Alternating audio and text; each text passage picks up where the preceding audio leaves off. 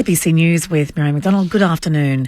The Victorian Government says successful train testing through the new Metro Tunnel project shows services will be able to run as frequently as every few minutes. Recent tests found 12 trains made 18 trips an hour between Footscray in Melbourne's west and Hawkesbury in Melbourne's inner southeast. Transport Infrastructure Minister Danny Pearson says having high-capacity signalling means more trains can run more often. We've had 1,960 hours to date of testing the trains. We've covered 16,500 kilometres of track. So that's the distance between Melbourne and Reykjavik in Iceland, to give you some sense in terms of how far these trains have been travelling. He says the project is ahead of schedule and is due for completion in 2025. The Shadow Minister for Foreign Affairs, Simon Birmingham, says Israel must learn from its mistakes after an Israeli airstrike killed 7 aid workers, including Australian Zomi Frankham, earlier this week. Israel says it was a mistake and has dismissed 2 officers and reprimanded another 3. Senator Birmingham has told ABC Insiders he wants to know how procedures will change, but he's also urged people to remember the context of the war, pointing to Hamas's October 7 attacks. It is upon Israel, in terms of the eyes of the world, to act with regard for international law, and that is a standard that is far higher than the standard applied tragically to a terrorist organisation, and that's why that terrorist organisation needs to be removed from any position of influence, governance or threat. Floodwaters are beginning to ease in parts of New South Wales, but the threat is not over yet along sections of the Hawkesbury Nepean River northwest of Sydney. Tony Ibrahim reports. The number of flood warnings issued by the State Emergency Service fell from 107 to 84 this morning. Evacuation orders are still in place for thousands of people in Sydney's northwest as flooding occurs along parts of the Hawkesbury Nepean River. At Windsor, the river remains at the moderate flood level, holding steady at 9.18 metres. The SES is assessing the fallout from Friday's torrential rains and flooding. So far, it says at least 20 homes were damaged and 6 were destroyed. Beverly Brock, the long-time partner of the late Australian motor racing driver Peter Brock, is being remembered as a remarkable and ferocious woman following news of her death. Her family says the 77-year-old passed away at her home early this morning, 2 years after being diagnosed with stage 4 cancer. Bev, as she was affectionately known, was a significant support in Peter Brock's racing career and was also involved in multiple charities, earning her an Order of Australia. Kriv Stenders, who directed the documentary Brock Over the Top, has told ABC Radio Melbourne, Bev Brock was a force to be reckoned with. She's probably one of the most remarkable, extraordinary, resilient, ferocious women I've ever met in my life. She was incredible. And, you know, we had our tough times on the film because, you know, I wanted to tell the story, warts and all, and she was very gracious, very open. Police in the Netherlands have detained more than 400 people, including activist Greta Thunberg, during a day of climate protests in The Hague. The BBC's Anna Holligan was there. There were cheers and cries of "You are not alone" as Greta Thunberg was picked up off the road by Dutch police and put on a minibus. She and hundreds of other climate activists occupied the A12 highway in protest against subsidies provided to the fossil fuel industry. This is the 37th protest of its kind organised by Extinction Rebellion. She came to The Hague to announce new international actions against governments making it cheap and easy for large businesses to use fossil fuels by giving them tax breaks and discounts on excise duties. To sport, and the AFL's Gather Round will wrap up today as Hawthorn looks to record its first win of the season against Collingwood at Adelaide Oval. The Hawks' Jack Ginnivan will face his former side for the first time. For the Magpies, youngster Finn McRae has made way for veteran Steele Sidebottom, and Patrick Lipinski will play in his 100th senior game. In today's other games, Richmond takes on St Kilda at Norwood Oval, and Gold Coast faces Greater Western Sydney in Mount Barker. To the weather now. For the state, cloudy with scattered showers near and south of the ranges. Areas of light rain in South Gippsland easing. Isolated showers also in the northeast, northern country and southwest districts, mostly dry in the northwest. For Melbourne, showers becoming less likely later with a top today of 19 degrees. Tomorrow, showers increasing 20, showers easing on Tuesday 16, Wednesday showers 18, Thursday showers easing also 18. It's currently 18 degrees. ABC News. G'day, this is Becky Cole inviting you to join me each week for Saturday Night Country. For more than 30 years, we've been playing the best in Australian country music, as well as the overseas artists that you know and love. So whether it's the classic tunes that you grew up with, the best new releases, or the interviews of your favourite acts, you'll find it all on Saturday Night Country. Saturday Night Country. Hear it anytime on the ABC Listen app. ABC Sport. We begin this broadcast by acknowledging the traditional custodians of the land on which this match will be played today and pay our respects to their elders past, present and emerging. We extend that respect to Aboriginal and Torres Strait Islander peoples listening. One state. And they will come from everywhere. 4 days. This will be special. 9 matches. You just cannot take your ears off this game. And all 18 clubs for a once-a-year Festival of Footy. Snaps across the body and the party continues. This is ABC Sports coverage of the 2024 AFL Gather Round. Live from South Australia. Gather around, everybody, and listen to this brand new groove. It's Gary Town in this party. Bring your friends and family. Gathers bursts away, kicks the goal. This is Gather Round. The celebrations as they come from everywhere. AFL. He gathers in the right forward pocket. He kicks an amazing goal. Roves the pack beautifully. Snaps on goal. He's the magic man. Cause here it comes, here it comes. Rolls into the open goal and bangs it up into the top tier. 55 out. He's given this 20. That's a magnificent strike of the football. The 2024 AFL Gather Round. Something big is coming, something big is coming. He stops, clocks, fires and goals. Something big is coming, something big is coming. What a piece of individual class. Something big is coming. Biggest moment of his life. 55 loads up all the way home. Fill your lungs, are you ready for it? Drop punt, it's superb on the angle. His kick is gone, and there's a bit to play in this yet. AFL. Two-step bang, flushes it from 50. Puts the Jets on and kicks it on the run. Boy, does he love it. He launches an absolute rocket. Oh, the home fans like that. From 50, he goes whack.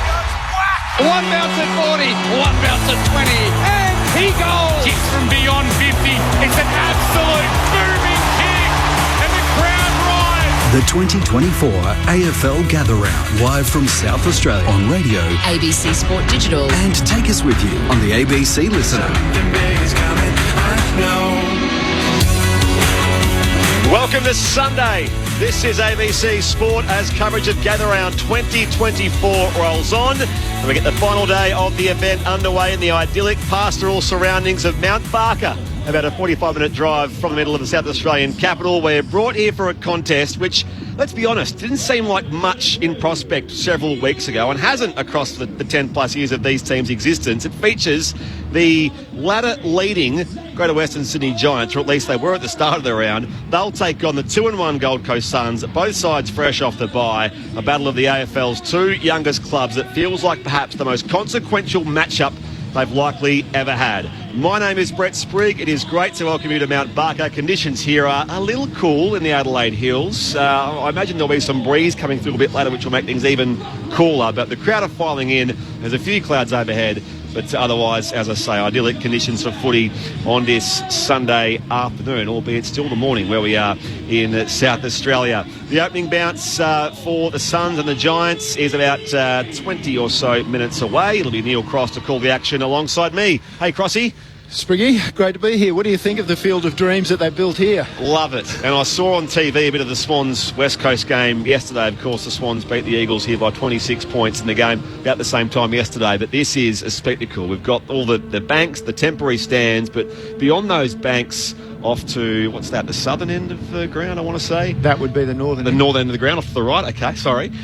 There's all the terraces and the food trucks and all it's just all part of the spectacle. Actually, I've got it wrong now, I'm working it out. And say, no, you're right, that was the southern end. Generally, I'm thinking of like rugby league and soccer. You go north is left and south is right. Well, we're slightly towards half forward or half back, if you like, and just fooled me for a second. Anyway, the team news here, there's a bit of that. So the Gold Coast Suns have made 7 changes. Damien Hardwick has dropped some experience as well. So no Butterick, Ellis, Casbolt, Ben Long, Moyle, Sexton, Atkins all out. 3 debutants, Will Graham, Ethan Reid and Sam Clohessy all getting debuts. Graham and Reid, some of their top picks from last year's draft, all academy boys. Clohessy was at the academy a few years ago before making the move to Melbourne, so there is a Gold Coast connection for all of those. In comes Mac Andrew, Bailey Humphrey, Malcolm Roses and Jared Witts, and David Swallow is the sub. The 200-game veteran. So he is the sub today for the Gold Coast Suns, who sit just outside the top 8. Meanwhile, for the Giants, no changes for them. As I say, they played before the bye against West Coast and pumped them by 65 points. And their sub today will be James Peatling, as he was in round 2. Our experts are firstly a member of one of South Australia's greatest football dynasties, Stephen Williams. Good to see you, Steve. Lovely to be here, Spriggy, Crossy, Tomo. It's my first visit to this ground here at Mount Barker, and it's what a magnificent sporting complex it is, and surface is as good as anything I've seen, so looking forward to a great day. And alongside you, very good gamer, 2-time best and fairest at the Crows, All-Australian, Scott Thompson. Thanks, Spriggy. Likewise, mate. Great to be here. Adelaide's certainly turned on the weather over the past couple of days for gather round, and Sunday lunchtime, another beautiful day. Probably a little bit more mild in the last couple of days, but only a slight breeze, so really looking forward to it. And like Stephen, my first venture to this venue, and what a great venue that it is. As always, you can get in touch with us via text 0437 774 774. So 6 games down, 3 to go in the second edition of Gather Round. The Suns and the Giants here, as I say, about 19 minutes away. Next up at Norwood, Richmond, St Kilda, and then Collingwood and Hawthorn to bring it home at Adelaide Oval tonight. We're getting a sense of the success of this concept in its second year, and we'll use the opportunity this morning, before we narrow in on the Suns and the Giants, to reflect a little on the weekend, including last night.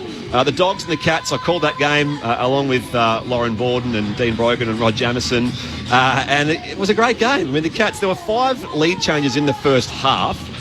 The Cats controlled most of the second half. The Dogs were coming. In the end, Geelong hangs on by 4 points. They just find a way, don't they? They do indeed, and watching it on TV, it looked as if the Cats were pretty much in control, but with a minute and a half on the clock, it was a goal the difference, and we've seen stranger things happen. But full credit to the Bulldogs. They worked hard. They won the clearances. Liberatore was unbelievable in and under, just winning that footy. But in the end, probably a little bit too much class in the Geelong outfit. Did you have the Cats 4 and zip at the start of the year, Scott? I certainly didn't. But Geelong have got a history of just bringing guys into their team and into their club, and just replacing guys that have left in recent years. And this young brigade that they have coming through have just picked up where the older guys have left off. And watching last night, they have the luxury. We know how good Jeremy Cameron is in the forward half, but him pushing up the ground and generating as much ball as he did up the ground, and then working hard forward and still hitting and impacting the scoreboard the way he did, makes him a really hard matchup. But Geelong are in a really good position now, obviously.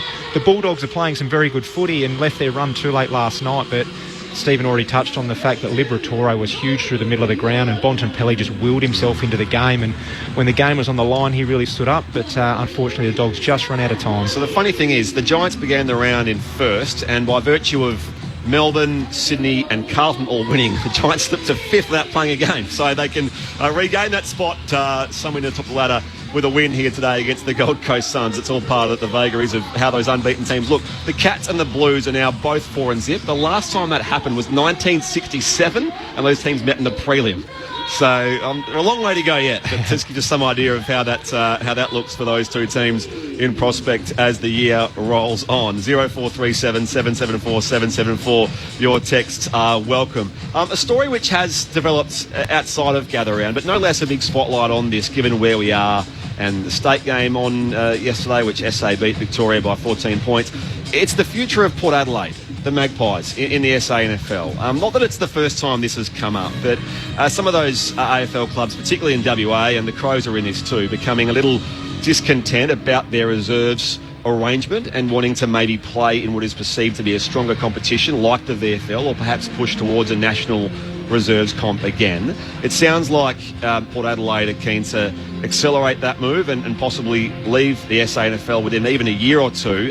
It's a club that's close to both of your hearts, the Magpies. What do you make of all that? Spriggy, touchy subject. Steven's about to shed a tear next to me here. An absolute legend of the Port Adelaide footy club. It's certainly an interesting one, isn't it? They say, I think to say that they want to leave to go to a better competition, I think probably the state game proved yesterday that the VFL is no better competition than the SNFL. But I'm not aware of the intricacies of top-up players and how many AFL players you can play. But obviously Port Adelaide have looked at it. They know what is best for the development of their younger players on the list. And if they feel that the Maggies need to leave the SNFL and go and play in the AFL reserves, well, good on them. It'll be a big move. It will be a big move, and is that they want the alignment? How will it work if the Magpies do join the VFL or the AFL reserves program? Will they be games before the AFL game? Will it be run streamlined to the AFL? I imagine it'll be pretty well the same as the VFL operates now, because that's where the majority of those aligned teams... With the teams like the Gold Coast and the Giants that run in that league already. Well, I'd be concerned if I wasn't a club connected to the AFL. If I was not a non-aligned a standalone AFL club, team. If you were Frankston or Sandringham, Sandringham's connected, Frankston or Williamstown or one of those, I think, thank you. Surely service, it'll be goodbye. Surely they can't play in that. It's just got to be 18 teams or 19 when Tassie comes in. It's enormous, the VFL as they call it at the moment. Of course, it includes Queensland teams and New South Wales teams and Southport. And the other part of all this is Norwood, the great rivals of the Magpies, are keen to join the AFL, but the 20th team after Tassie comes in. Well, they had their chance, didn't they, Norwood? But they were too gutless to go on with it. With the Tassie team joining as well, how many teams is too many teams in the AFL? Yeah, and you don't want an odd number of teams either. For TV, they'd love to have as many games as possible without sort of diluting the talent pool too much. But anyway, these conversations could go on forever. Back onto things here as the umpires make their way out and the Giants banner is up. What's it say? Giants own this fixture. Suns, you best soak it up. Soon we'll take on Tassie in the Expansion Cup. And they've done this. They really have embraced their status as the two youngest clubs in the AFL. And yes, Tasmania are still a few years away yet. But the Giants, last time these sides met at Manuka Oval last year, they won that by 40 points. They also met in the pre-season this year, also at Manuka. I think the Giants won that from memory. I've got the player stats, but not the actual result. But overall, in this encounter, head-to-head, the Giants have won 12. The Gold Coast Suns have won 5. If you want a real stat, here it is. In South Australia, the Gold Coast have had only one win, 15 losses. And that one win was their first match in South Australia. It was their first win ever, and it was over Port Adelaide at Football Park. And haven't beaten them since. And that's the thing. So that's the incredible thing. So I want to look at David Swallow. He's the sub today, but I hope he gets some game time because this is a tremendous stat. He becomes the first person to play AFL footy at 22 different venues. So this record has had quite a history because Jack Hompsch was the previous record holder across only 116 games at 21 venues, which is just extraordinary. You consider that, that they've played in China, and obviously Jack Hompsch was Port and the Giants and the Suns as well. So they send these teams to pretty far-flung areas. It makes sense that Robert Harvey and Paul Salmon had the record at one stage because they played 300 games like you, Scott, and over a time where they still played at local grounds in Melbourne and whatever. But David Swallow today, having now played at 4 venues in South Australia alone, Footy Park, Adelaide Oval, Norwood and now Barker, brings up 22, which includes, as I say, China, Cairns, Townsville, Darwin, Alice Springs, Canberra, the Tassie venues. The Suns go absolutely everywhere. There we go. It's a weird stat. The Giants make their way out first, by the way, to those plumes of orange smoke, and they burst through the banner.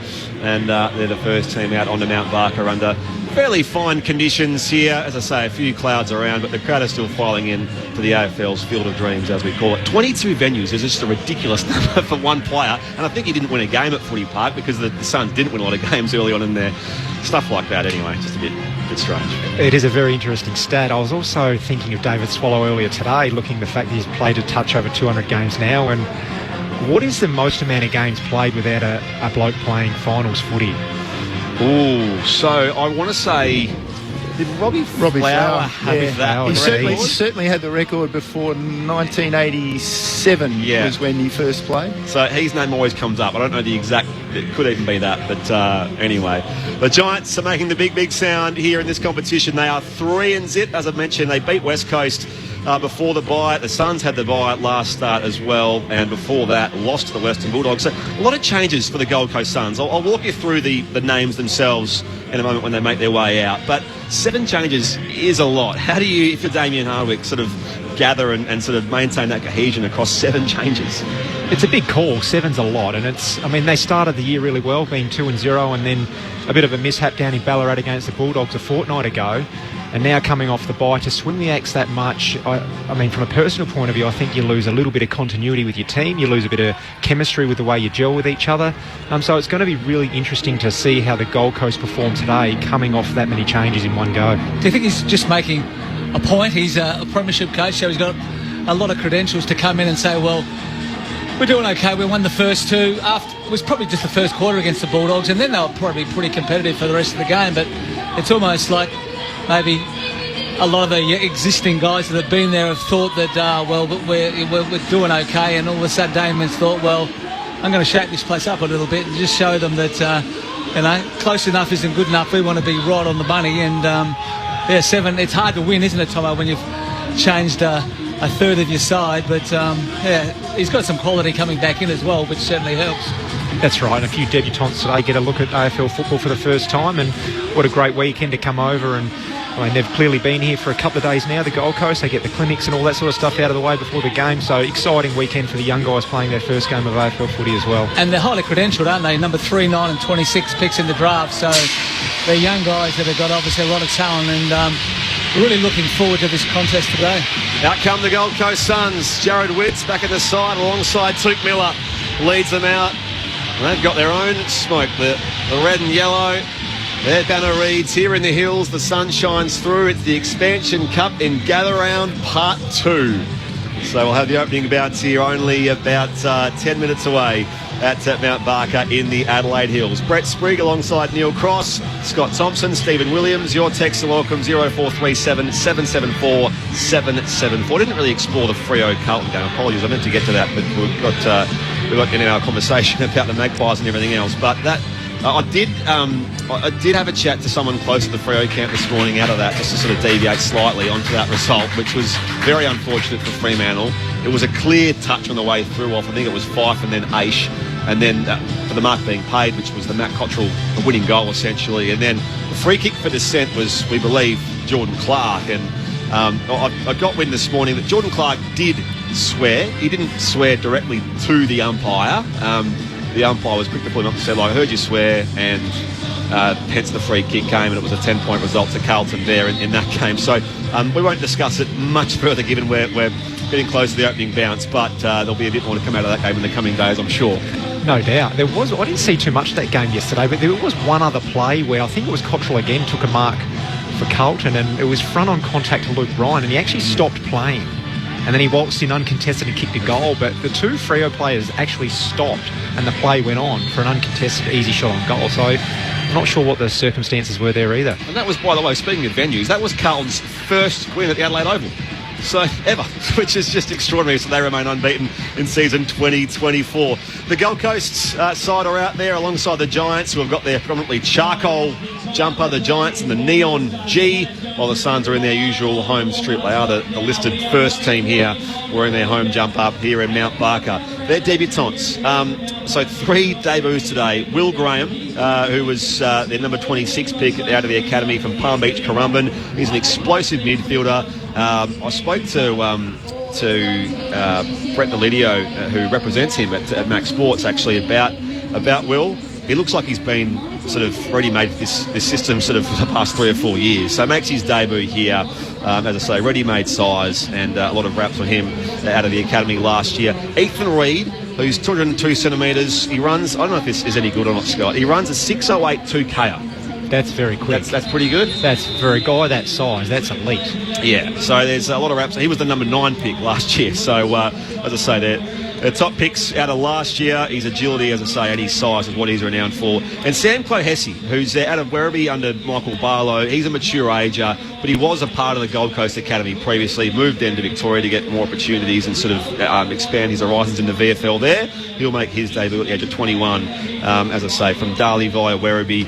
And another academy boy for the Gold Coast Suns. They had 4 academy guys picked last year, and now 3, along with Jed Walter, who debuted earlier, or have made their debuts as of today. Yeah, you look across the Giants side at the moment, and for me, they're the best team in the competition at the moment, watching the first 3 rounds, with them obviously winning all 3 of those. But they've got a great mix now, Stephen, of the experience in their side and the ability to bring the youth in when needed, with the hardened bodies, with that silky smooth ball movement on the outside as well. Yeah, they're just beautifully built, aren't they, from the back half. I think that Sam Taylor's probably as good a centre-half back as there is in the competition. He doesn't get a lot of people talk about him, and that probably happens to a lot of Giants players because they're in Greater Western Sydney. They haven't got the spotlight on them, but there's some real stars in their side, and Whitfield alongside of him. He's been there probably since the start, and as you mentioned, just the young and the old gelling together, and they've put together a really good side after a shaky start to last year where they took a bit of time to get going, but once they found their feet, Adam Kingsley has done an amazing job, and it's interesting to see that we've got two of Port Adelaide's 2004 Premiership players coaching against each other today. Yes, it's a good point. I had one more in the box with me last night, Dean Brogan, who I think is coming down to see a few of his old Giants mates and enjoy the Mount Barker surrounds. Their avenues to goal, one thing as well. So you look at what they have. Jesse Hogan, who re-signed a new contract during the week for another couple of years. Aaron Cadman, of course, who was slow to get going in his career, but Josh Kelly can kick goals in the middle. But Brent Daniels, Toby Bedford, one of the best small forwards in the comp. They've got avenues to goal. And before we get to Toby Green as well at the Giants. Well, you mentioned that, and Toby Green's probably been a little bit quieter than we expect from him in the first 3 games of the season, but you touched on Jesse Hogan and the form that he's been in, and well done to him getting a new contract. But then you've got the likes of Brown that has come in that hasn't played a heap of footy, hitting the scoreboard, Riccardi forward, so they're really hard to match up on. But at ground level, I reckon one of their most important, take Green out of the equation, is Brent Daniels. He's hugely important when they go forward. The amount of pressure he can apply on the opposition defenders and then win the ball and generate score involvements himself is huge for the Giants. Yeah, him and Bedford are brilliant, aren't they, the way that they just lock that ball inside the forward 50. And I saw Adam Kingsley last year after the Suns played down in Tassie, and he was telling me about Callum Brown, that he's the fastest guy on their list. So he's a big Irish guy and just got untapped potential, and big and strong, and kicks the ball magnificently, as most of those Irish guys do when they come in and play Aussie rules footy. Kicked 4 goals in the pre-season, 5 goals in the opening round. He kicked a couple the week after that, and he was goalless in his last game. But he's also finding the scoreboard a lot, isn't he, Callum Brown? So there's that to watch out for from a Suns point of view defensively. Your texts welcome 0437 774 774. Is last night's umpire determined match outcome not sufficient call for field umpires' calls to be subject to video referee in the last 5 minutes of a kitchen? I don't know if you mean game, when there's not sufficient time for team to make up the incorrect decision. So whether we have then the score review but applied in play, but not just score review, is another thing we're going to have a conversation about, I'm sure, in the coming days. The way the media are playing up this touch ball for Freo, you'd think there aren't dozens of marks paid every week to the player with hands on at second. Move on and let's delay with real issues rather than connected ones, fellas. It's a fair point. G'day, Spriggy. Grant here in wet Hobart, enjoying the call. Geez, the ground announcer. Oh, no, that's not. Don't be too unkind to the ground announcer. Sometimes the speakers are very loud. How about the mighty Blues? And Liam asks, with the goal umpires being so flippant and using the score review system so many times a game now, like cricket has a challenge system, why can't each team have a captain's challenge like in rugby league and other sports? They might as well. It might have saved the game for Fremantle yesterday. And he says, on this game, the Suns and the Giants, surely rather excessive to drop so many. Heavy-handed point making. Brandon Ellis might be wishing his former coach had remained down south. Yes, he's among them. It's the experience that goes out of the team for the Gold Coast. Is the rugby league challenge system, is it once a half or once a game? No, it's one a game. A game, yeah. And if you stuff it up, that's it. Generally, they're waiting until there's an absolute screamer of a howler, or it's in the last 10 minutes. Yeah, and you do see teams sometimes burn their challenge in the first 5 minutes in rugby league. So it's not perfect having video, technology. And I understand the point that one correspondent makes about touch balls always being paid marks, but when it decides a game, I guess that's the thing which is sort of put in the spotlight again. Yeah, I don't have a problem with the touch ball. We've all played footy, and it happens so often where someone touches the ball and the mark is paid. But I've got a bit of an issue with, if a player swears, we're not playing under 10s football, to give another free kick, basically another goal straight afterwards just for a little bit of swearing. Just ridiculous. Peter says, I reckon if Norwood wants to play in the AFL, the best way would be for them to buy the Crows licence off them. They certainly couldn't do any worse than what the hapless Crows have done. I wonder what Stephen Williams thinks about this idea. We've got a quick... We've got 10 seconds. Well, they could have been the Crows, couldn't they? got a Crows legend here in the box as well. I understand that. We've got some very strong thoughts on the text line coming through early on this Sunday morning in Adelaide. Of course, it's just after midday elsewhere. The subs, with the opening bounce moments away, the subs are for Gold Coast, David Swallow, and for the Giants, it is James Peatling. On Gather Round Sunday, we've headed back to the hills for the first of 3 games across 3 different venues, and a warm welcome if you just joined us locally through South Australia or on local radio in the Northern Territory. My name is Brett Sprigg. We are here to witness the Gold Coast Suns up against the GWS Giants, 2 sides that, for what they lack in headline value traditionally, have been 2 of the better performing sides in the early stages of season 2024. I'll call the action alongside Neil Cross, and the opening bounce is just moments away. But let's get the quick final thoughts as we welcome Port Adelaide champion Stephen Williams and Crows legend Scott Thompson. Just looking forward to a really exciting game here today, Tomo. As Spriggy mentioned earlier, when this one come on the radar, Giants versus the Suns, you sort of thought, well, a little bit underwhelming, but the Giants are arguably the best side in the competition, and the Suns, the improvement that they've shown already under Damien Hardwick and the talent that they have in their side, I think we're in for a pretty exciting day where there's match winners all over the field. Yeah, there certainly are, Steve, and it's going to be a great battle through the middle of the ground. You know, Giants have got some really solid, experienced, strong, hardened bodies in there, but what I've really liked about the Gold Coast over the last couple of years, and we've seen it in the first 3 games this year again, is they're not so reliant on Touk Miller in the middle of the ground anymore. Noah Anderson's taken his game to another level. Matt Rao, who we know what he can do inside the contest, but now he's getting the ability to win it inside and generate some outside ball as well, as becoming a whole lot harder matchup for opposition teams. So really looking forward to the midfield battle, and then seeing how much pressure that the Gold Coast forwards can apply, because we've seen the run and drive off half-back that the Giants can generate with their handball movement. And the importance of Jared Witts. He was missing against the Bulldogs in Ballarat, but having him back, he's as good as anybody in the competition. So if he can give his mids that first look at the footy, that will certainly go a long way to Gold Coast being in the match late in the day. 7 changes for Damien Hardwick, 3 debuts. Will Graham, Ethan Reid and Sam Clohessy all playing their first game for the Gold Coast Suns.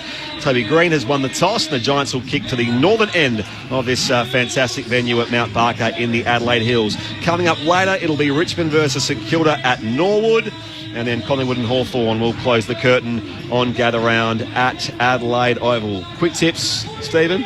I think the Giants for me. Giants for me, mate. To get us underway here on ABC Sport, here is Neil Cross. It's the Expansion Cup. The Giants against the Suns. Giants with a fairly good record, both this season and overall in this match. First tap comes down to the master of the inside ball, Anderson, for the Suns. He's trapped. Ball goes up in the air again. Neither ruckman gets a touch. Anderson works with, or rather it's Rowell working on the inside. They get it to half forward. Berry with the mark, chips it back inside to Miller. So the Suns still around half forward. Miller goes with a low kick. It's smothered by Kelly on the mark, and away go the Giants through Cornelio. Down to half forward, Riccardi leads up and takes the mark. Now he looks and waits. Suns folding back quickly, so he's forced to go back inside on the wing to Whitfield. From the logo, sets up in Daniel's direction, spills the grab, needs support now. Looks to wheel around on the boot, devoid of options, comes back going inside forward 50, leaping up. Hogan! Brown was in there as well. Cleared away by McAndrew. Up they go again for the Suns. Can they clear from defence? It comes back to the wing. It's a race on foot, and Taylor sees it out of bounds for a throw-in near the benches. No score in the opening 90 seconds. It's been a scrappy start to the game, but there are lots of numbers getting back, so when they are held up and can't move the ball quickly, it's really hard to find a way into the forward half. Just on Sam Taylor, earned his only Brownlow votes of the season last year in this corresponding match, got all 3 votes. Cornelio off the ruck contest, kicks it down towards half forward. Hogan in one hand passes out to Toby Green from 45. No mistake from the champion.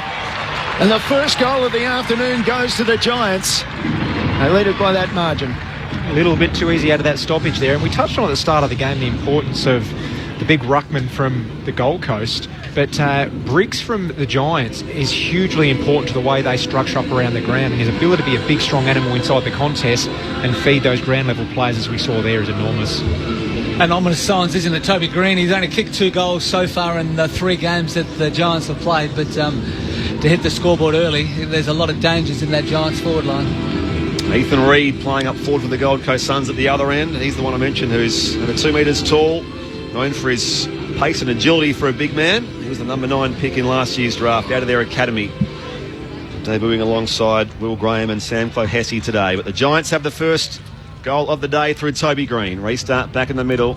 Up they go. Witts kept his feet against Briggs. Wins a clearance here. Going inside forward 50. Again, it's a race on foot. Roses down there. Perryman's hand pass was shuffled away. Vaughan dispute in the pocket. Worked away here. Miller goes defend. It needs some support. Gets it away. Centering ball comes back into the corridor and finds the chest of Tom Berry. It was nice work from the Gold Coast Suns, and in the end, Clohessy involved as well with that assist to level up to Berry, who'll go back and take his set shot from 25 out directly in front. Just the importance of getting that ball quickly out of the middle. All of a sudden, the Giants haven't got time to flood back, and there's a little bit of space, and not sure who it was with that centering kick. But that was Clohessy. Clohessy, well, yeah. What a great first kick in his footy career. That was brilliant. Tommy Berry, a former Lion, in his second year as a Sun, kicking to that packed Southern Hill here at Mount Barker. He's sprayed it to the right-hand side. Their first score is a behind. It's the Giants 1 straight 6. Gold Coast just the 1 behind. 2.5 played in the opening term. So Whitfield for the Giants goes immediately to Iden Short, 25 from goal in the right back pocket. Bounces his way out of defensive 50, then with the long kick looking for Hogan off hands over the back. Flanders picks it up for the Suns, tries to get it to Anderson, made to work. Anderson got it, was tackled straight away, pulled down, and the free kick will go to the Giants. The handball out straight away from Briggs, and wide they go inside 50.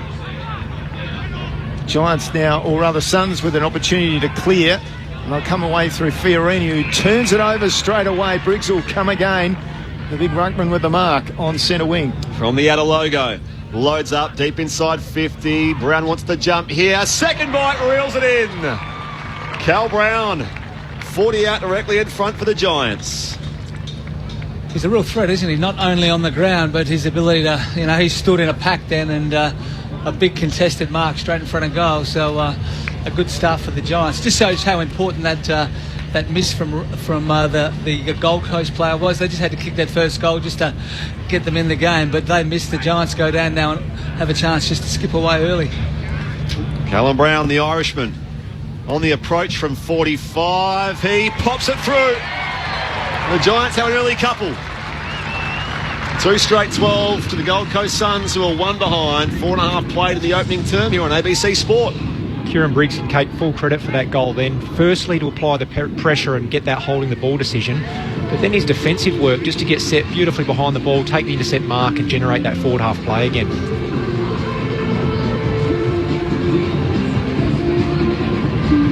So 11-point lead early on for the Giants. The Gold Coast last win over the Giants, round 17 back in 2021. We talked about how they've travelled Australia. At that time it was COVID. They were playing in Ballarat. Yeah. So other than that, Giants won 11 of the past 12. That was the only win in that time, wasn't it? The Ballarat, that 1-pointer. Yep. So back in the middle. And Briggs gets in there and Witts goes over the top of him. Too much reach, but Canelio picks it up for the Giants. Hand passes back to Tom Green. They're at half back now as Canelio receives again. Out towards centre wing. Ash went up, ball came down. And then Himmelberg got it out to Ash from the ground, and then inside he went by hand to Tom Green, and inside half forward, 3 grabs, but Hogan pulled it in. 45 out, just to the left. They look sharp, Tom, don't they? They're really crisp with their ball movement, and what I like about the Giants is when they win a stoppage, it's not just a rough kick out of the middle of the ground. They actually win possession of the footy, and then they look to chain it out with handball, and then when they do finally kick the ball, they're free and can really spot up a target, as we saw then. Jesse Hogan, 12-4 this season on his tippy toes. Fred Flintstone-like comes in, bang, straight away it goes hard and high, and it just inside the right post. Giants have 3 majors to start the game. Only 6 minutes in, and already they've got 3 goals on the board. So the Giants, 3 goals straight, 18 play, just the 1 behind for the Gold Coast. this is going to be the challenge for the Gold Coast today, and we spoke about it pre-game, is the Giants' ability to win the ball but then draw the tackle and embrace whatever contact comes their way, but then to release someone in time and space. Like that handball there to Tom Green, and their ball moving off half-back's elite. So they obviously train it really well, but the understanding and chemistry they have with each other is outstanding. So Jesse Hogan, who led the Coleman for the round, he's now levelled Charlie Curnow again on 13 goals, and Bailey Fritsch 1 goal ahead of him on 14 for the year. So I think on early signs he could get a few more today. Jesse Hogan back in the middle, Witts and Briggs in the ruck. Two big bodies. Witts wins it down. Miller hand pass to Anderson. The Suns will clear. Coming to the broadcast side through the fingertips of Connor Iden. Born dispute. Roses trying to break through here for the Gold Coast Suns. Numbers around there though for the Giants. Little 1-2 here. Iden goes back to find Kelly. Under pressure. Lucky Ash was ripped the turf that time by Ainsworth. Good tackle. Gets the footy back. Ainsworth goes inside 50. Leading up. Couldn't quite finish off with a mark. It was good pressure from Buckley in behind on Jed Walter. And it's off hands for a throw-in. Deep in the right forward pocket for the Gold Coast Suns. 8.5 minutes played. It's the Giants who lead by 17 points. So Witts and Briggs, the two ruckmen, at it. Witts again dominating those tap downs, but the Giants come away and they just get it out clear of the pack. Fiorini picks it up off the left foot, snaps for goal, and they get one back, the Gold Coast. 1-1-7 for the Gold Coast, 3 straight 18 for the Giants, and we played 8.5 minutes in the opening quarter on ABC Sport. Just a nice little bit of pressure inside the 50. Previously, we've seen the Giants able to win the ball and then waltz out of that back 50 pretty easily, but the Gold Coast were able to apply a few tackles, a couple of loose balls, and then really nicely, it was a really half chance by Fiorini, but a really important one just to stem that flow. Your texts are welcome throughout the day. 0437 774 774. Richmond St Kilda coming up at Norwood, and Collingwood and Hawthorn to bring us home Adelaide Oval tonight as Gather Round concludes in 2024. The Suns with their first goal through Braden Fiorini. Back in the middle. Briggs went up early. Witts taps it down again. Worked away to Anderson. It was clever work from Will Graham. And now Miller flares it wide. It's marked on the outer side. Suns can move their way forward again. Popped up here, closest to Miller. And Miller will mark 70 from goal. Is he called to play on? There's something else downfield here. Downfield turnover. Yeah, so it's going to be a free kick here going the Giants' way. Something which happened away from the play. Tom Green sends it away from half-back. He finds his skipper, Toby Green, on the outer logo. Moves it quickly with a chain by foot. Hogan leads up, had Mac Andrew behind him, who chopped the arms. Giants free kick. I'd love to know what that was for. I haven't seen a replay yet, but gee, it hurts. When you turn the ball over there, when you've got the ball in hand, dangerous place of the ground to turn it over. Jesse Hogan chasing back-to-back Giants goals. Of course, there was the goal from Braden Fiorini a short time ago, but Jesse Hogan having kicked the early goal already for the Giants. Started approach, 45-degree angle from the right-hand side this time. That is a beautiful-looking set shot. Hogan's got 2, and the Giants push that lead back out to 17 points. Scott Thompson, Stephen Williams. Do we know what the free kick was for? No. I think it might have been... Don't say dissent. Jed Walter. Jed Walter, I think, might have been just a... Yeah, it's hard, isn't it? It's just a bit of pushing and shoving. The umpire sees something, and let's have a look. Roses swung the arm. Oh, God, if that was what it was. But what should have been a deep inside 50 ball for the Gold Coast to then be Jesse Hogan having a shot on goal, kicking his second. It's a huge, huge turnaround. And hasn't Jesse Hogan turned his career around? He looks like he was almost on the scrap heap, but since he's been at the Giants, and maybe since Adam Kingsley's actually come to the club, he's really full of confidence and really starting to fulfil that potential that we all thought he was when he was first drafted. A little bit of an everywhere man too, through Fremantle and Melbourne. Before the Giants out of the middle, Miller takes it away after receiving it from Rao. Down to half forward, ball punched off the pack. Tom Green has it interesting. From on his back, he just handballed it into a bit of space. Somehow it found his man Bedford. He just handballs it into space too. Rao picked it up, He gave it away. Graham did well, shook the tackle, showed he's got some strength. He's got it in his hands again from Miller. Inboard he went to Flanders, chipped a half forward, mark taken by Humphrey. So he's just between the square and the top of the arc, about 55 from goal, keeps it low, drives it into the pocket, over the back, reaching up, and the mark taken by Lukosius. No, Walter, I should say, and he's got it hard against the right behind post. So he'll back off, see what he's got to look at. He's an exciting prospect, isn't he? Just big and strong, and I think he's going to be a really exciting player for the Gold Coast. Goes around his left foot, looked very comfortable with it, but just away across the face for the minor score. 1-8 on the board for Gold Coast. 4 straight 24 for the GWS. Himmelberg was the hero last year in Gather Round against the Hawks, wasn't it? Yeah. At Norwood. The winning goal and the winning save in defence. Little 1-2 hand pass to Buckley. I think a good year as well, Jack Buckley. This has worked away and it bounces out of bounds for a throw-in right in front of us here. And our demountable commentary position, which is all part of the fun of these sort of venues. Much better pressure too, that from the Giants. Just from the Suns, sorry, not letting the Giants run it out.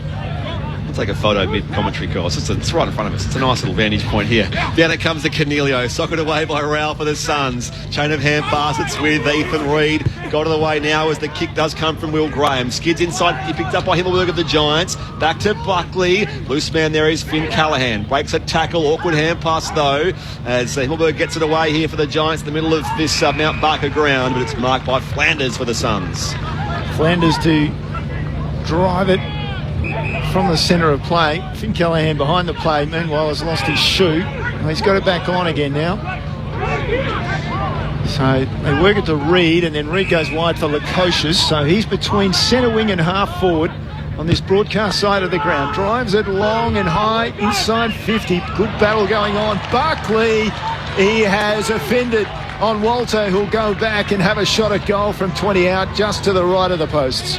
Once again, just shows the strength, doesn't it, of Walter, just to be able to stand there, and defenders start to panic and start to grab when they're in a situation like that. Now it's important that he goes back. Gold Coast have probably had a nice little 5 or 6 minutes with the ball, winning it back and locking it inside their forward 50, so they need to take a little bit of control on the scoreboard. Another boy from Palm Beach, Currumbin Football Club on the Gold Coast. Walter coming in, because he had that snap earlier. So from 25 out, about a 45-degree angle, and there's his first goal in the big league. Walter with an important goal, 14 minutes into the opening term for the Suns. They're second, so they're 2-2-14. GWS 4 straight 24 on ABC Sport. Your experts, Scott Thompson and Stephen Williams. Well done to the young lad kicking his first goal in AFL footy. And just the last couple of minutes, Stephen, the Gold Coast seem to have settled quite well now.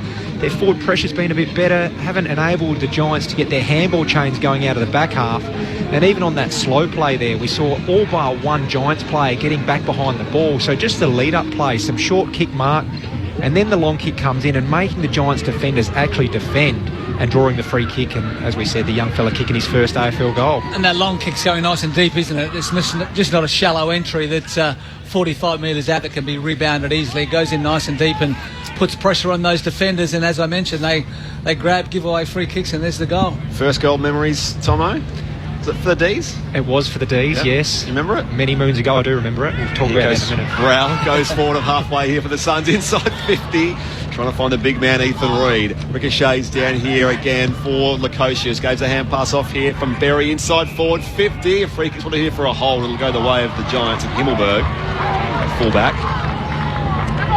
They can do the work at both ends of the ground here. Himmelberg is playing down back and has done for much of this year and last year. Just stumps it long beyond defensive 50. A much smaller Daniels outbodied Lukosius down there. And he'll control it here for the Giants at right half back. Just taking his time. Then finally goes straight down the line, and somehow Whitfield snuck out the back and took a chest mark. Ball coming over his shoulder. He's at right half forward. Just chips it forward. Over the top to Ware. The left footer, the former Woodville West Torrens player from Adelaide, chips it forward to Daniels inside 50. He's pushed as he tries to take it. Lukosius the offender, and back will go Daniels, 40 from goal, hard on the boundary. Probably wasn't necessary for Lukosius to even put too much body on there, but had a couple of bad moments getting outmarked by Daniels on the half-back flank, and then Daniels getting involved again. So this goes to show these days how hard players push up and down the field. Virtually no breeze, so that won't affect the kick. He got it to the goal square, and Collins came up with a big intercept mark for the Gold Coast. Giants by 10 points. Approaching time on here in the first term at Mount Barker. Long beyond defensive, 50 from Collins. Herman goes up with a spoil. At the drop, Kelly is run out of bounds in front of that scoreboard or big screen in that part of the ground. Between wing and half forward, the Giants attacking half. You're hoping I'll forget to ask you about the first goal because you're so humble you want to talk about yourself. That's fair enough too. Back in it comes. A bit more sunshine here as well through those white clouds overhead. Socked away by Witts, and Rowell can't clear, so we're balled up again. So it's Witts again. He's dominating the ruck contest, but the takeaway again goes for GWS. Cornelio inside 50, ball knocked to the front. Hand pass comes out to O'Halloran across his body from about 45 metres, and again Collins is back there, and he was the master. That time over Hogan, drops it in short for Lukosius. Only the bare minimum distance on that kick. Lukosius now just taking his time. Call to play on. He'll go to the far side of the ground, to the outer side. There's 8 temporary stands over there. Mac Andrew with the mark, just outside 50. Back inside 50 for his kick. Now he goes long towards centre wing. Big pack forms. Ball comes to the front. Again, Gold Coast off the pack through numbers. Rowell into the middle. Fiorini flares out wide and takes the mark at half forward. Waits. The other half forward, he's found just the short lead up from Berry.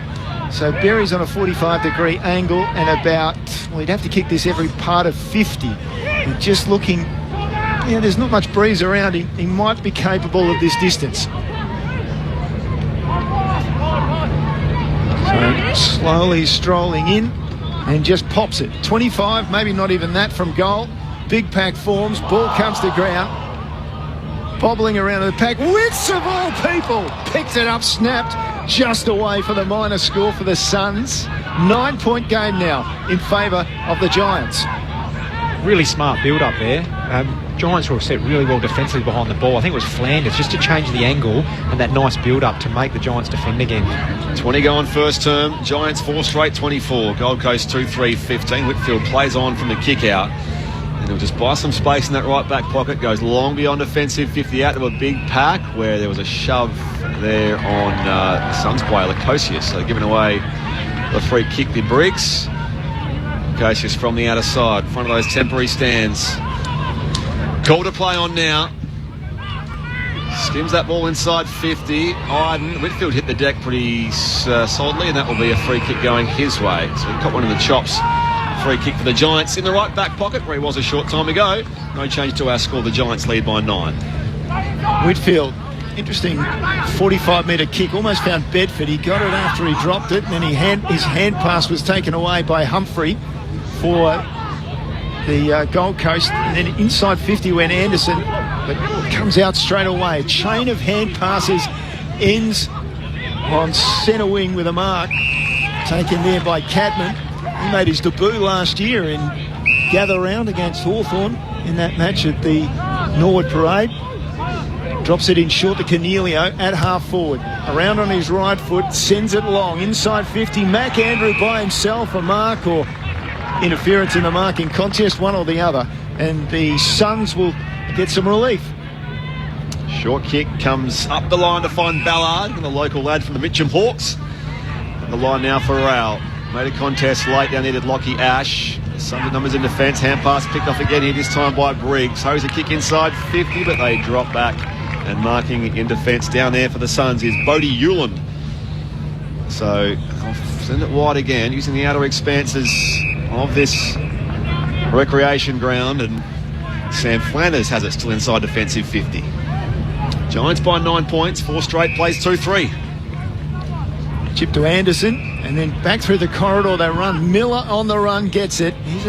Goes down to half forward. He was looking for King, who pulls down his man Taylor. So Taylor had front position. It was just great body work, wasn't it? Taylor just pushed back hard. King should have been better, really. Should have been able to hold him under the ball, but Taylor just pushed back, and King reacted by dragging him to the ground. So great work, Sam Taylor. Thinks about switching play, but instead goes long out to Cadman, who takes a good mark. Good body work again. Comes around on his natural left foot to half forward. Wasn't fantastic. Riccardi couldn't take it. Mac Andrew for the Suns was in there. Got a hand pass away, received it back. Kick was awful. Picked up by Tom Green. Into Cumming, then inside to Whitfield. Whitfield inside half forward. Talk about a shocking kick. Mac Andrew was staying there and standing there, I should say, and took the easiest chest mark. Seen plenty of free kicks, intercepts, just sort of end-to-end stuff, but not in a good way. A lot of scoring the most recent minutes of this game. Still inside defensive 50 to Suns. The ball here to the debutant. One of 3 of them today. Will Graham, academy lad, was picked up last year. Wide to Rowell. He's been busy early here for the Suns. On the logo broadcast side. He'll flare it back across to centre half back where Mac Andrew waits. Among the 7 inclusions today for the Gold Coast Suns. Awkward ball again. Picked off by the Giants, and Jacob Ware goes towards 50. Daniels there. No one's having the goal square. In fact, getting back there very late and marking is Toby Green. He beat Mac Andrew for pace. He climbs the overhead mark in the goal square, and he'll take his set shot from directly in front, point blank range. Was that the half hand up apology saying, sorry mate, didn't know if it was going through or not, or Toby just willing himself into the game and getting on the scoreboard? As you say, he needs a few goals. 2 goals 5 this year for the Giants skipper, and he makes no mistake here. In fact, it's his second today, so he's now 4 goals for the year. Toby Green, and the Giants do break that scoring deadlock of sorts. 5 straight 30 they move along to now. The Gold Coast Suns are 2-3-15. We've now played, where's that scoreboard gone? 25 minutes or so in this first term. The Suns had actually controlled the tempo of the game pretty well and just using nice short kicks, but I think it was maybe Mac Andrew or Rowell that actually turned the ball over in the middle of the ground, and when you do that, you pay on the way back. Everybody's pushed up to give you an option. You miss that target, and then the Giants were able to pick it up, and a one-on-one, Toby Green running into a goal, beautifully kicked over the back of the Gold Coast opponent, and really made the Gold Coast pay for that costly turnover midfield. So 5 shots apiece, but 5 straight for the Giants, 2-3-15 for the Gold Coast. Briggs out of the middle, high, the ruckman down to half forward, going back and taking the mark was Ballard for the Gold Coast.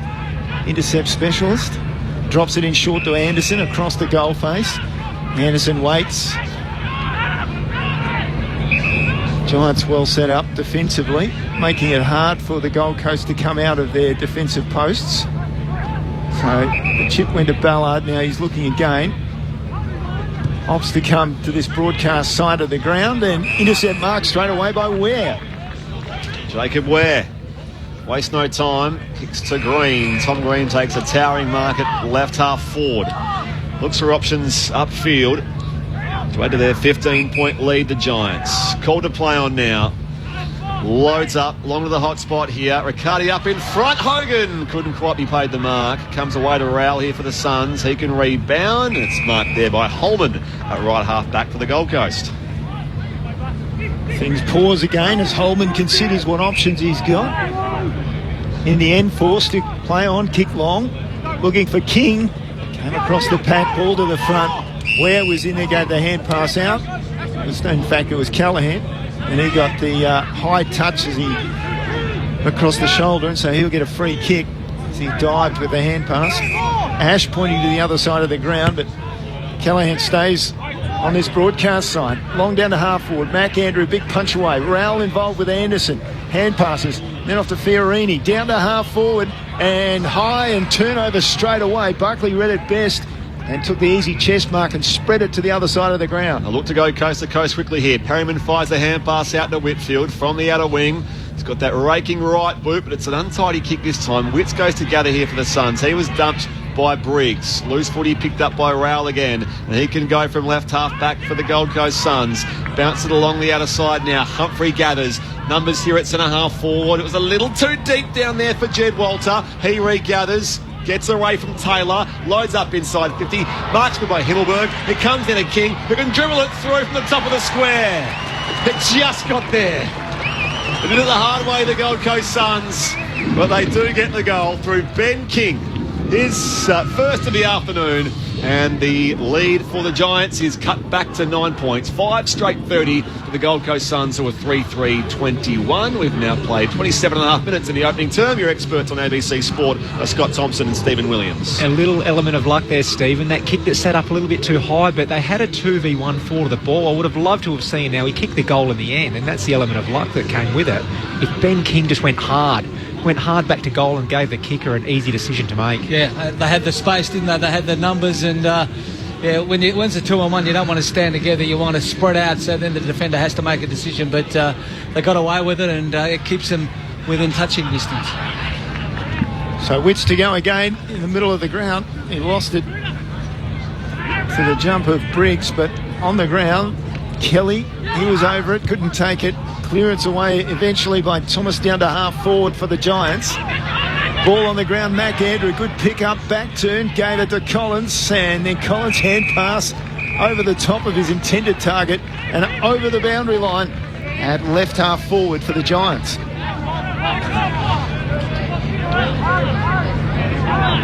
Greater Western Sydney by 9 points. Not long to go in this opening quarter. On this stunning day in the Adelaide Hills. First of our 3 gather-round fixtures today. Excuse me. Back in it comes. Looked away inside forward 50 for the Giants. Mac Andrew can rebound though for the Suns. Just slaps that ball on his boot beyond defensive 50. The umpire says deliberate. No attempt made. It was headed straight for the boundary line. And it'll be a Giants ball from the outer side at right half forward. We've become used to that one now, haven't we? It's just a given. You kick the ball away, it goes out of bounds. Saw a few last night, the Dogs-Cats game. I sometimes think they may as well just play last touch rule. If it's So like that. they haven't recovered the ball over there. I think it's gone over the fence, but not as far as the grandstand. So there's nobody able to get it except the security guy. It's come to Perryman. Can take the kick in with a free kick. High inside 50. Mac Andrew, big spoil. Callahan dumped in the Miller tackle. All the balls up there. Himmelberg's lurking inside 50 here for the Giants, and now taken high. Daniels looked to rip Walter's head off, and it will be a free kick here for the Gold Coast Suns. In the dying seconds of this opening term, Walter's a long way from home at centre half back, and that will be all she wrote for the opening half hour here at the Mount Barker Sports Complex. So it's the Giants 5 straight 30, Gold Coast 3-3-21. 9 points is that margin. It was as high as 17 points midway through that opening term. The goal kickers, I'm worried now about my voice, will be a couple each for Jesse Hogan and Toby Green, and 1 for Callum Brown for the Giants, while for the Gold Coast Suns, there 3 goals coming through Braden Fiorini, Jed Walter and Ben King. Great to have your company across ABC Radio, ABC Sport Digital and the ABC Listen app. This is Gather Round on ABC Sport. For all those yearnings for truly outstanding entertainment, I have an idea of what might cheer you up. You'll find a trove of Academy Award winning and nominated films on ABC iView. Let's play. Like Imitation Game, It's beautiful. American Sniper, Her, and Spotlight. There's a story here, and I think it's an important story. Brooklyn, Carol, and so many more. Bon appetit. Always free, always outstanding on ABC iView. You're listening to the AFL Gather Round. AFL. On radio. ABC Sport Digital. And take us with you on the ABC Listener. Cornelio off the ruck contest. Kicks it down towards half forward. Hogan in one hand. Hand passes out to Toby Green from 45. No mistake from the champion. And the first goal of the afternoon goes to the Giants. Callum Brown, the Irishman, on the approach from 45. He pops it through. The Giants have an early couple. Jesse Hogan 12-4 this season on his tippy toes. Fred Flintstone-like comes in. bang, straight away it goes hard and high, and it just inside the right post. Giants have 3 majors to start the game. The Giants come away and they just get it out clear of the pack. Fiorini picks it up off the left foot, snaps the goal, and they get one back to Gold Coast.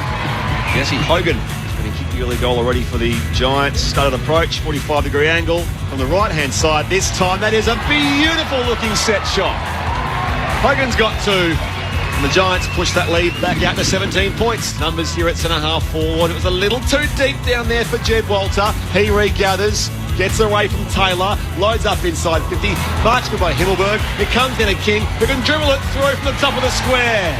It just got there. They did it the hard way, the Gold Coast Suns. But they do get the goal through Ben King. The 2024 AFL Gather Round. On your radio. ABC Sport Digital. And on the ABC Listen app.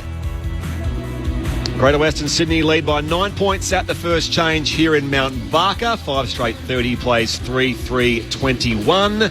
Later on it'll be Richmond versus St Kilda at Norwood, and then we close the curtain on Gather Round with Collingwood and Hawthorn on the main stage at Adelaide Oval. Brett Sprigg alongside Neil Cross to call the action here. Your experts at quarter time are Stephen Williams and Scott Thompson. Pretty even battle in the end in that first quarter, Stephen. Yeah. I thought the Giants early on obviously hit the scoreboard early well, and a couple of long-range goals from Jesse Hogan. But the Gold Coast boys just willed themselves back into the game. And you can see the differences in game styles. Like, they were quite calculated from their back half coming forward, the Gold Coast, trying to do that kick mark sort of lead up.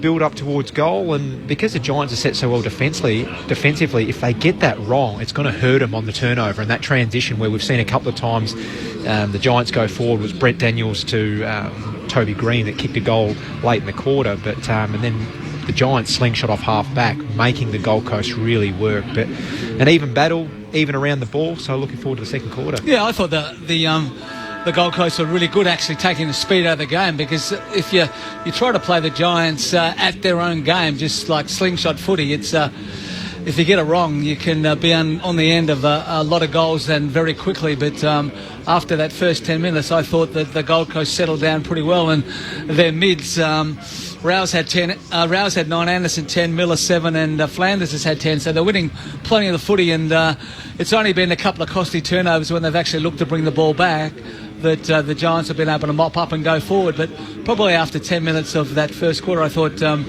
Gold Coast were probably the better side, and only the fact that the Giants kicked 5 straight to 3-3 sees them in front at quarter time. But yeah, I've really liked what I've seen, how Gold Coast were calculated. They weren't willing to kick the ball to a contest, let the Giants turn it over across the wing or their half-back area, and then really change direction and really move it forward quickly into their forward half. So yeah, they just need to continue that sort of footy and just make sure that when they are changing direction with the footy, that they're hitting their targets. Absolutely. We can see when the ball does turn over for both sides, there a couple of defenders generating huge amount of ball. You know, for the Gold Coast, Flanders and Mac Andrew have had 19 between them, and Himmelberg and Whitfield have had 18 between them. So we are seeing when they don't have the efficiency going forward and the intercept comes by whether it's pressure on the ball up the field, that intercept and the defenders generating a huge amount of ball off that back half. And clearances are 8-6 in favour of the Gold Coast, and contested possession 34-30 in favour of the Gold Coast. So they were able to turn things around pretty well and really make it an even contest at quarter time. 0437 774 774. Fran from Melbourne. She's a big Jesse Hogan fan. She says, I got a text when the Giants play. Fan of Jesse Hogan, where he has come from physically and mentally. High expectations at the start of his career. Go the Pies today, says Fran. And another one here just on Carlton's win last night at Adelaide Oval. I said it was their first win. It was their first win in the AFL. They won the Champions of Australia Cup there in 1968 and 1970 before losing to North Adelaide in 1972. Someone's got too much time on I do appreciate the correspondence we get on all manner of things. I can tell you all that South Australian fans talk about is that 1972 North Adelaide. Exactly. So, 9 points is the Giants' lead here. To the second term we go as it's worked away here for the Giants. O'Halloran, it comes into space on the wing, and it's player taken high. It's going to be a free kick going the way of the Gold Coast Suns. On that occasion, Toby Green infringing on Charlie Ballard. From the left half back here for Gold Coast. Plenty of bright sunshine now. Those clouds a little lighter. A bit of breeze out there, though, I'm sure. Strong towering grab on the wing by Lukosius. Plahesi it is, in fact, yes. Plahesi, one of the debutants today. Drives it long here to full forward. Looks to find Ben King. It was spoiled away. O'Halloran off half back here for the Giants. Just tumbles it back in the middle of the ground. Chasing back, couple of Suns players. Lukosius receives from Collins in. Great kick out the centre wing on the far side. Fiorini dropped the mark. Plenty of time though. Comes back inside, looks and decides to chip it. And Yuland takes the mark. Just holds it up between centre wing and half back. Out on that eastern side of the ground. Chips it in short again. Fiorini with ball in hand again. In fact, Ainsworth, I should say. So Ainsworth goes long down the line towards half forward. Briggs comes out. Oh, he spilled a mark. It was virtually uncontested, but good agility by the big ruckman. Picked it up, hand pass down the line. Iden took it and was immediately tackled. And the umpire calls for a ball up near the boundary line. Out there where the temporary stands are just about full. Did I hear those stands are from the old, or from the supercars? Adelaide 500? I did hear that whisper going around, as now it's been knocked out of play again for a throw-in. Multi-use stands now because, of course, the Adelaide 500 was off again, now on again. Yes. I think I remember him from the Grand Prix back in 85. Formula One. Stadium seats don't change too much, do they? Back in it comes at right half forward here for the Gold Coast Suns. Witts taps it down out the back. Another free kick spotted here. It's going to be going for a hold, is it? Going the way of the Suns. And it's with Will Graham, an explosive midfielder from Palm Beach, Currumbin. Pops it inside forward 50. Honours that lead of Rosas into the right forward pocket. He's 35 out. Yeah, really nice kick inside 50. Adam Kingsley wouldn't be overly thrilled with the fact that that ball was held up for quite a while, and for the Giants not to get numbers back in there and make a fairly simple lead-up mark for the Gold Coast would not please him. Malcolm Rosas, it's a tough angle. He's right up against that boundary line in the pocket, opens up the angle a little bit here, kicks it very high. It's wobbling towards the top of the square. Who wants it most? Holman is there for the Suns. Breaks a tackle, goes on the left, and he just squeezes it through for a minor score. That's the first score of this second term. The Suns are 3-4-22. The Giants are 5 straight 30. We've now played 3.5 minutes in their second quarter at Mount Barker. They kick around the body, Tom. It's amazing how many guys can stuff that up. We saw Charlie Dixon and Finlayson in the Port Adelaide game just kicking the ball right in the middle, and there was another one there. Ash played on, came out to this broadcast side, or over the boundary line, right near the interchange gates. Multiple changes taking place while the ball's there. And it'll be Briggs to go against Witts again in the ruck. Gold Coast captain couldn't get it that time. Let's check what the hit-outs are to this stage of the game, because in my mind at least, Witts has dominated. Is my croaky voice contagious, is it? 10 to 2, Crossy, so you're on the money there. Powell farms out the hand pass here for the Suns. It comes to Anderson. Squeezes his kick up the line, and again, it's a neat pass to find Rosas. This time on the left-hand side of the park, just in front of the benches. Attacking side of the wing, goes inside forward 50. It's spilled in defence by Perryman for the Giants. They pile in from all angles, and the umpire spotted the free kick again as Perryman was taken high by the much bigger body of Ethan Reid. So free kick for the Giants between fullback and centre half back, and Perryman goes for a wander. Thumps it high towards the outer wing. Ballard wants the mark, can't pull it down. Fresh air shot with a soccer attempt from Braden Fiorini.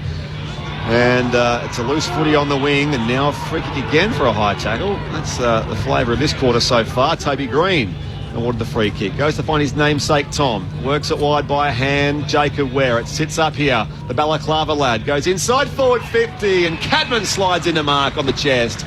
40 out on an angle better than 45 degrees. That's the delivery you like, isn't it? Inside of 50.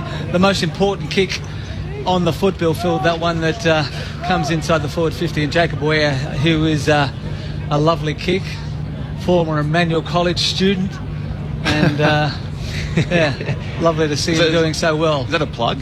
It is. I coached him at Emmanuel, and he was a terrific young footballer, and it's great to see him go ahead. Here's Cadman, the number 1 pick of a couple of years ago. The left foot set, shot is straight and true. The Giants with the first goal of this second quarter in Mount Barker.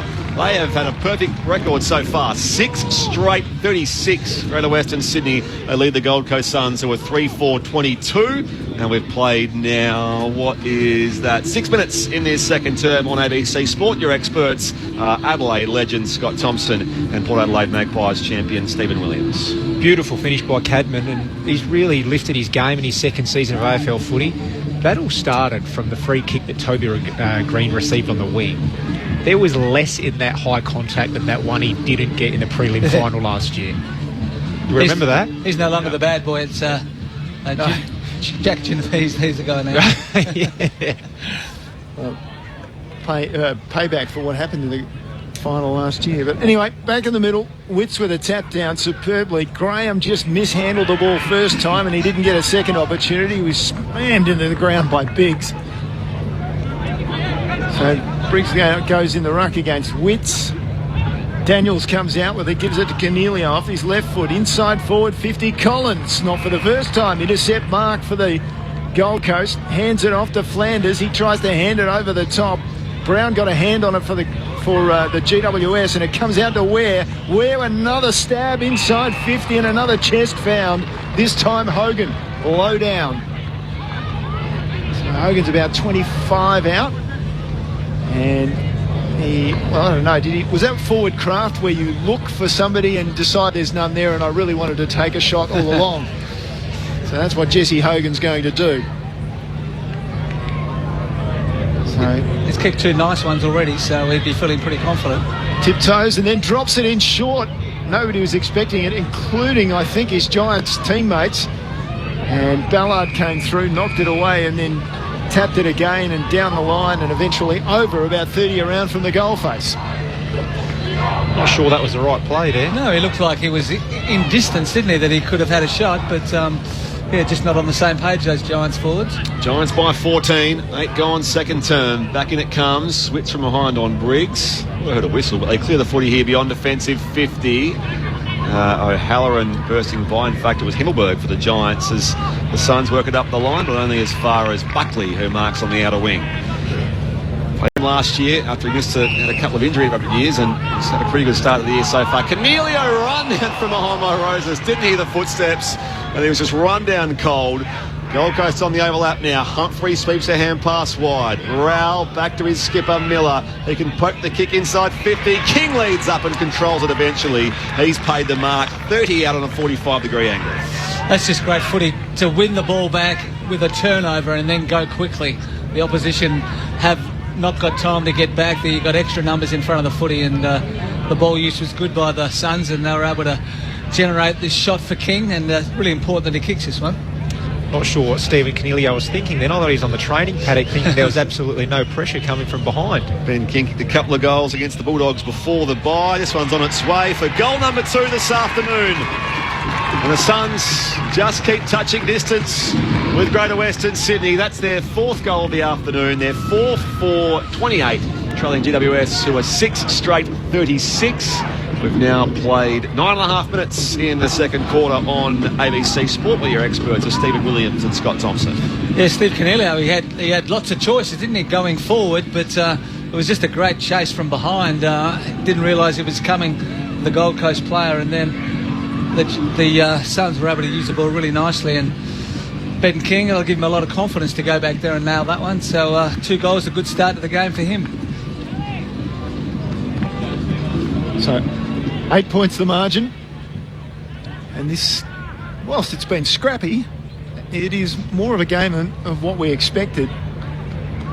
As Spriggy said at the top of the program, when it was first set up, it didn't look like it would be a great match, but as it's turned out, both teams in reasonable form. Out of the middle, Tom Green with a kick, scrubby one, and on the bounce picked up brilliantly by Collins, distributed the hand pass straight away to Flanders for the Gold Coast, out wide to the unlikely running player in Witts. He missed him and he was overrun by the Giants, who then turned it over straight away, and Clohessy has picked it up and bolted, took a bounce inside 50, kick astray.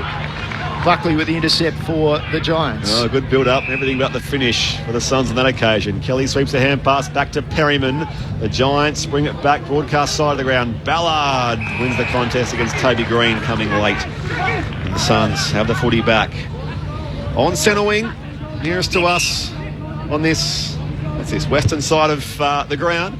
Goes high inside forward 50, uncontested. Briggs went through his hands though. Buckley hand pass back to Perryman, and now Tom Green has it for the Giants at right half back. It's Stay Who lead by 8 points.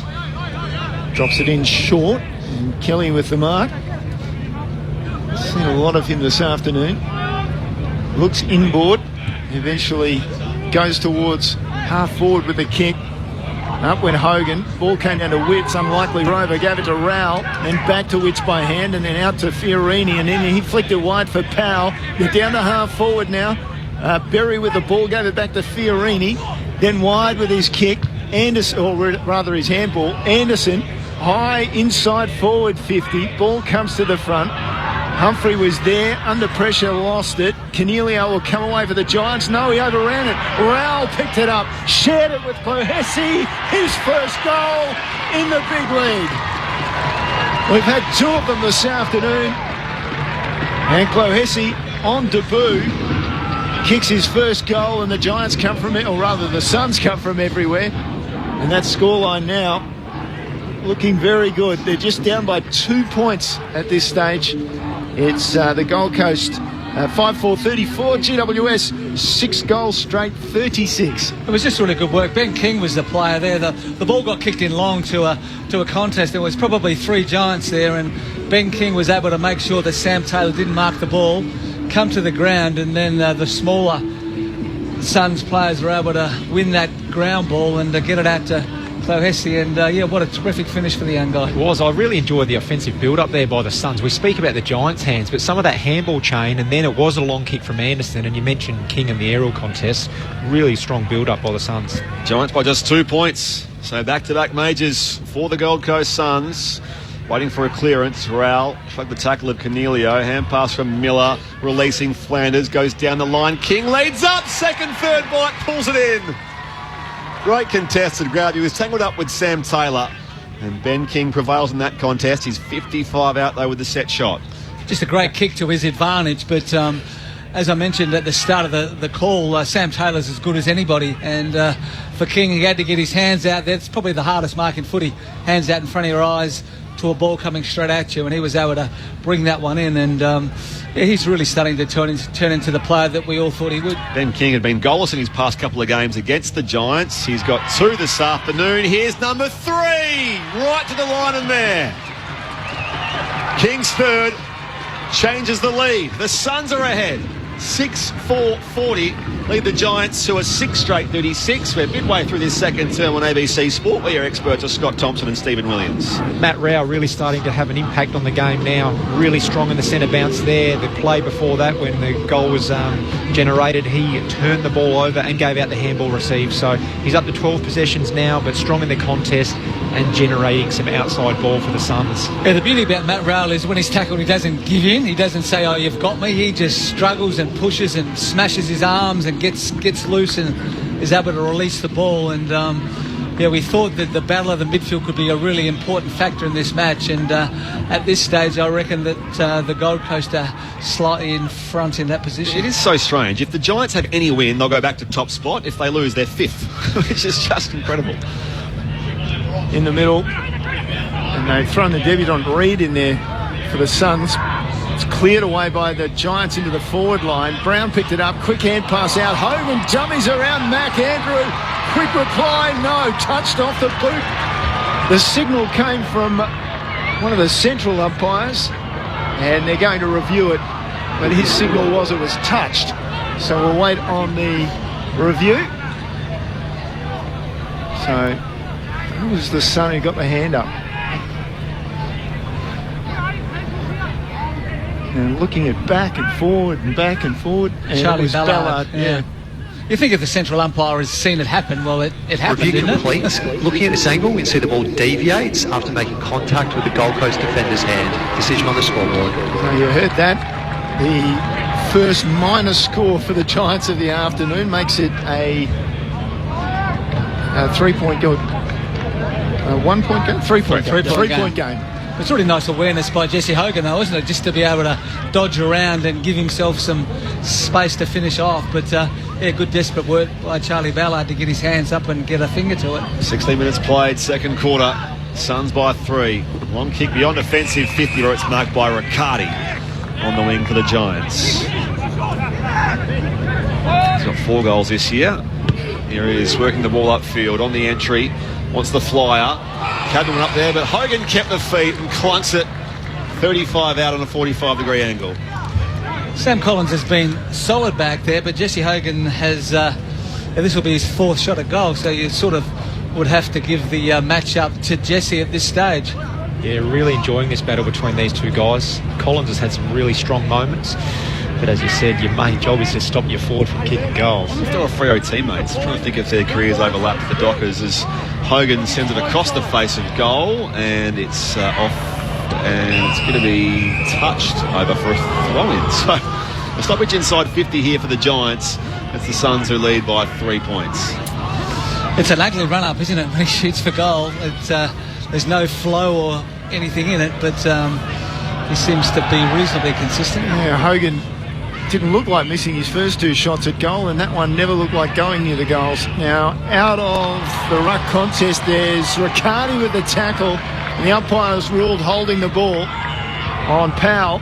He didn't have much of a chance, I thought, but maybe it was because he threw it out of the hands. It must have been a throw, otherwise how could it possibly be holding the ball? Which I don't understand. If he threw it, and pay a throw. Yeah.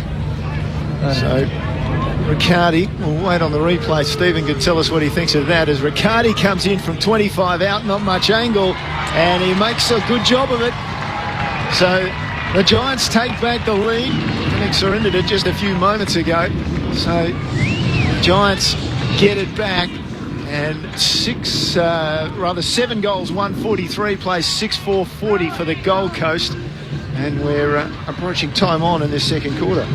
Yeah, it's hard to say, isn't it? He was grabbed, and as he was slung in the tackle, he went to handball the ball, and whether he got the fist to it, Tomo, it's hard for us to tell from here, but you hope the umpire didn't guess. Yeah, I must admit, I find it really hard to adjudicate what holding the ball actually is nowadays. Yeah. Like, some that you think are genuine holding the ball is play on, and others that are that 50-50, they get paid. So it's a guess for me. I'm sure you're dying to know that today's direct opponents, Jesse Hogan and Sam Collins, were not teammates at Fremantle. They didn't quite overlap at the same time. So wonderful research. I've just clarified that for you on the run. Witts clears here for the Gold Coast Suns. Humphrey was run down. He had the arm pinned by Whitfield. The umpire says, give it to me. Giants by 3 points. Lead has swung a couple of times in this second quarter as we approach time on. It goes missed by Graham. Again, the umpire spotted the free kick here, which will go the way of the Gold Coast Suns. That man, Will Graham. Short ball to Lukosius. He's 55 out top of the yard. He can knock this over. He'll kick this. It's a beautiful kick, isn't it? He's probably... He didn't hesitate, did he? Yeah. alongside Taylor Walker, I think they're probably the best 2 kicks in the competition. It's his 99th AFL game today, Jack Lukosius, so a milestone beckons for him next week at home against the Hawks. Here he is on the runway. He'll start in the middle of this footy ground, and he'll kick from that front edge of the square. It's on its way to the right. Distance, no worries, as you said, but it was offline for a minor score. So the Giants lead by 2 points at 7-1-43, plays 6-5-41. We've played now 19 and a half minutes in this second term on ABC Sport. Got that distance easily, didn't he? Just tried maybe to kick it a bit hard, and the connection wasn't great. The ball didn't spin as it should. So the Giants bring the ball back in. Briggs at the back, just picked it off the ground. Quick hand pass to Callaghan, and then off to Kelly, and Kelly, the smooth moving Kelly, goes to half forward. Ball was dropped there by Cadman, so a chance for the Gold Coast. Hewland received the hand pass and then went wide with his kick, and Klahesi, who already has a goal in his debut game, just holds it up at half back on the outer side of the ground. Goes down the line eventually, and very high, and Taylor came late and knocked it over the boundary line for the Giants. So we get a throw in right on centre wing. Really enjoyed Mac Andrews' game back there as well. Him and Cadman, a couple of young guys that are finding their way in the competition, but his ability just to get a hand in there, bring the ball to ground and then recover it and give it to a teammate has been good today. Giants by 2 points. Back in it comes. Briggs took it out of the ruck. He was brought down by Witts. The umpire should be all over that as the ball does come loose. O'Halloran knocks it on the deck here. Finn Callahan's handball picked off, and the Suns go forward of halfway. High ball inside 50 through the fingertips of Taylor. Has to get rid of it now. Picked up here by Ethan Reid. Tumbles it towards goal. He misses to the right-hand side. Almost had another first-time goal scorer as well with one of their debutants today. And it's a minor score only. As I say, it's a 1 point ball game the Giants' way. 43 plays 42. As they bring it up the line quickly here, it's marked by Lukosius. So Lukosius goes hard and low with his kick across to the arc of 50. And the ball was dropped by Humphrey. You would have thought that was the easiest of marks to take, and he would have been within distance. Fronts the turf as he gets up after Cornelio's finished the tackle, and the umpire takes it. Throws it in the air. Comes down to Kelly. Had a swing at the ball. Rail, of course. Who else? Got it out to Witts. Swung the left boot into it, and down to the goal face. Himmelberg up high takes the defensive mark for the Giants. On a new contract last year, he was in demand, certainly. Had a few offers, goes beyond defensive 50. Where in the contest with Ainsworth, it's knocked out of bounds for a throw-in. Since he's moved to half-back or centre-half-back, he's looked really, really strong and dominant with his game, Harry Himmelberg. Up to 15 disposals today. It just looks rock solid back there. As I said, that game last year in Gather Round where he kicked the winning goal against the Hawks, then saved a Hawks goal at the other end on the last line. Just such a good distributor, isn't he, when he gets the ball coming out of the back half? So here they go again through Jacob Ware. His kick's a turnover. It's to Sam Collins who marks in front of Riccardi. Defensive side of the wing here for the Gold Coast Suns. The Giants lead by 1 point here. 23 gone in the second term. Collins went back to McAndrew, and then McAndrew says, right, we'll flare it to the other side of the ground. He finds Ballard. He's inside defensive 50. Bit of space to work and gets it to Holman just behind centre wing. Outside with the hand pass. And then down to half forward, Euland's kick. And Roses was taken high, said the umpire. Yes, Taylor was coming late. And so Roses will take the free kick against the boundary at half forward. Back he goes to Lukosius. Lukosius drills another low ball. Ball goes over the top. Fiorini fumbles. That allows the Giants to come in. They flick the hand pass forward to Daniels. Daniels had about 4 Suns chasing him. Couldn't get the bounce. Suns turn it over. Comes to Miller. Miller goes wide. And Euland goes to half forward again to Clohessy. Clohessy slows things down for a moment at right half forward. Tight game, Giants by a point. Clohessy loads up. Mature age rookie, high inside 50. Witts down to Miller, and now Roses. Dangerous pace, dangerous handball, dangerous. Matt Rowell can line up from 30 and put the Gold Coast Suns back in front.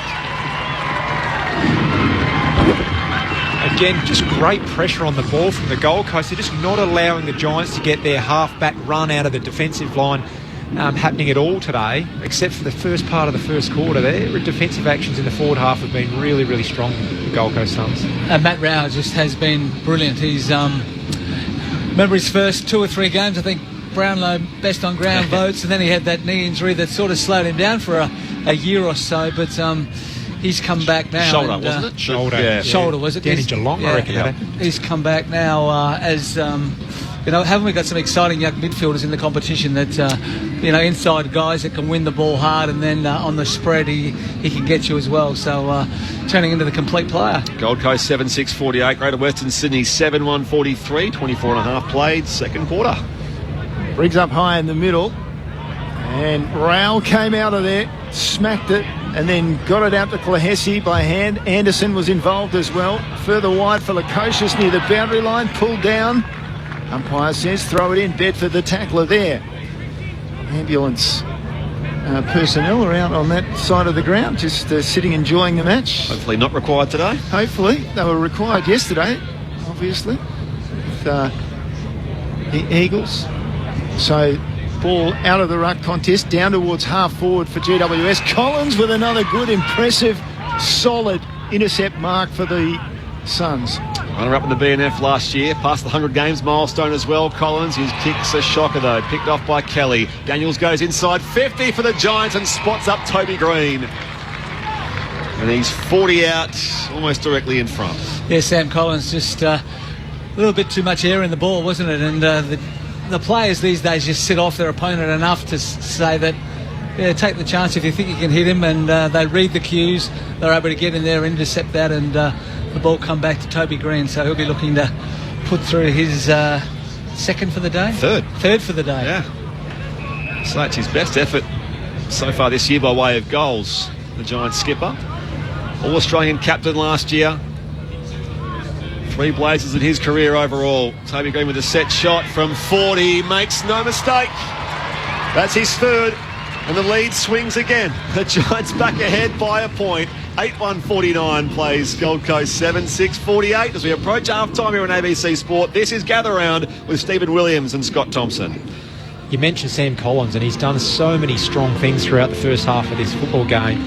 But just there's been a couple of occasions, just whether it be the decision or the execution piece on his play, has just slightly let him down. And he was lucky on that occasion then that the ball did go to Toby Green, because as it turned over, his immediate opponent, Jesse Hogan, was out in time and space as well. So 4 lead changes in the second quarter. The latest has the Giants up by just that 1 point. Just amazing how it's magnified though, isn't it, when you're coming out the back half, you turn the ball over, costs you a goal. Whether if you do it through the midfield or up forward, it's not nearly as scrutinised. Briggs and Witts go to battle again. Rowell in on the ground. What a shock. Fighting for it. He's a beast inside, Matty Rowell. It's an Olympic year. He could swap the wrestling. He knows all about it. He's in there again and trying to get away from a couple of Giants. He couldn't successfully. In fact, Tom Green, one of them. He's another beast. Or professional wrestling. It is WrestleMania weekend after all, Crossy. It's a 2-day event these days, WrestleMania. The Rock is back. It's the Giants who lead by a point here as we approach half-time.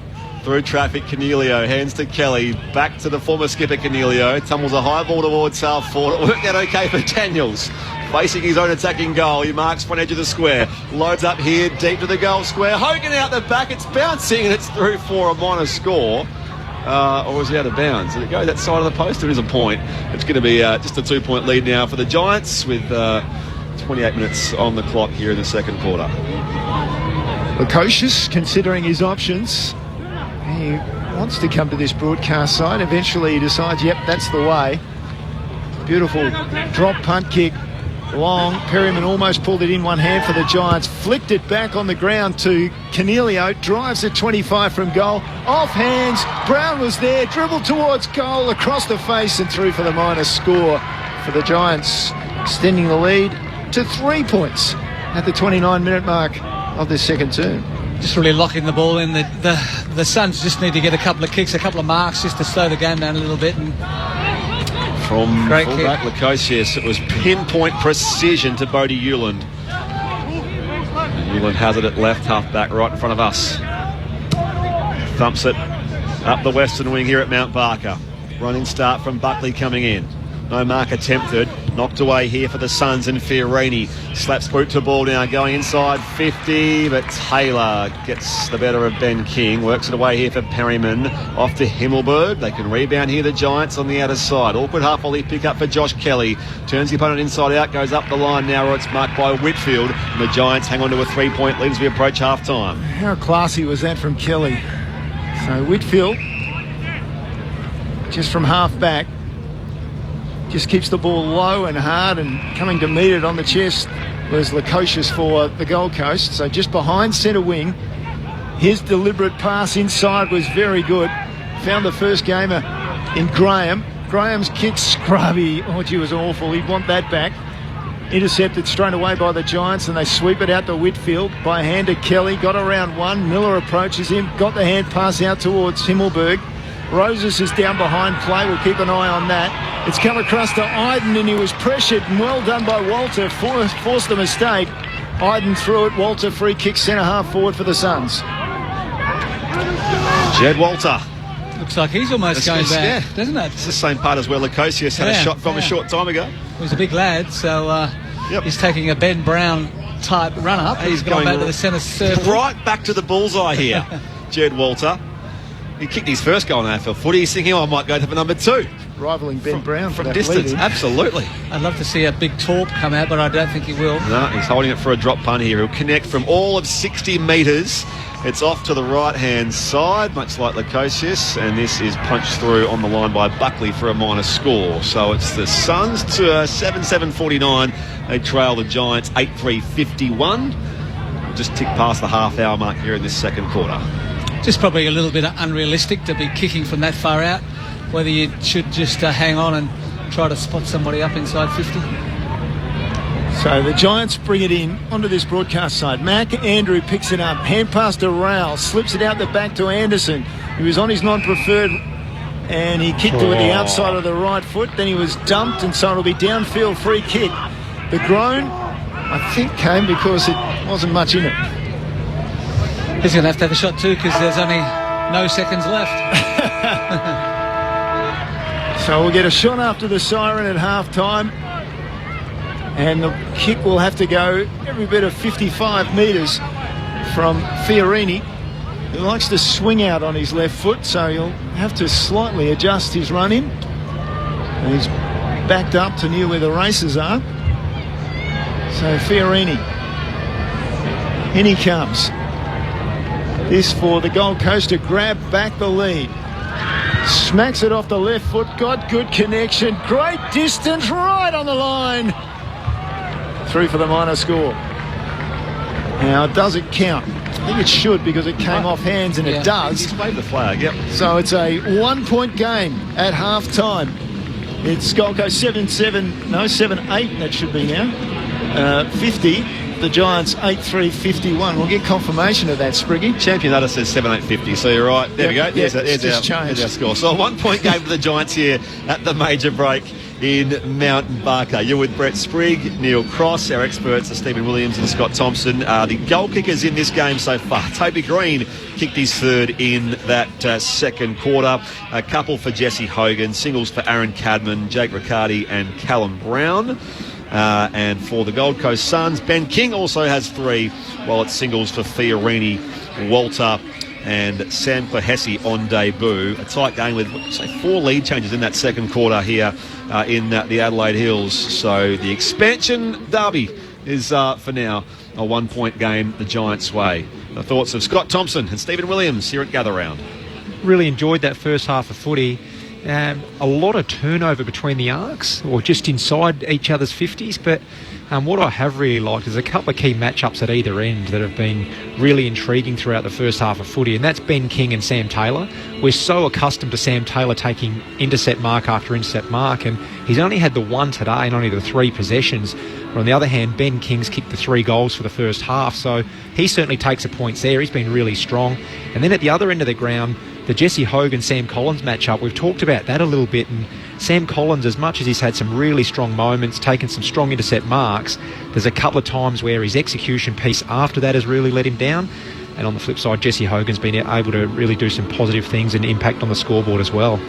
Yeah, as you said, Tomo, it has been a really enjoyable game to watch. Jack Lukosius, I thought, started to really stamp his authority on the match too as the game wore on. His ability to read the footy across half-back, playing that almost quarterback role, and he's such a great kick of the footy. The way he distributes the ball to his teammates is something that those forwards would be licking their lips. And we said before the game, the midfield is going to go a long way to determining who's going to win the game. And probably at this stage, I reckon the Gold Coast boys of Rowell, Anderson, Flanders in there as well, with Witts as their ruckman. I think they're probably just slightly edging out the Giants. So if they can continue that, and when we look at the scoreboard, we look at the scoring shots, 15 shots to 11. So probably the Gold Coast have been a little bit better.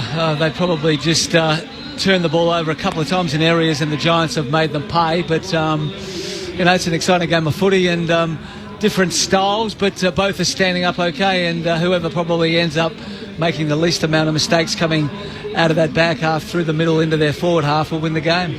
Yeah, they've certainly been quite calculated with their offensive ball movement, the Suns. That slow kick mark, trying to make the Giants defenders actually defend and try and change the angle of the ball. The thing that's probably let them down a few times is just that last little bit of execution going inside forward 50's probably hurt them.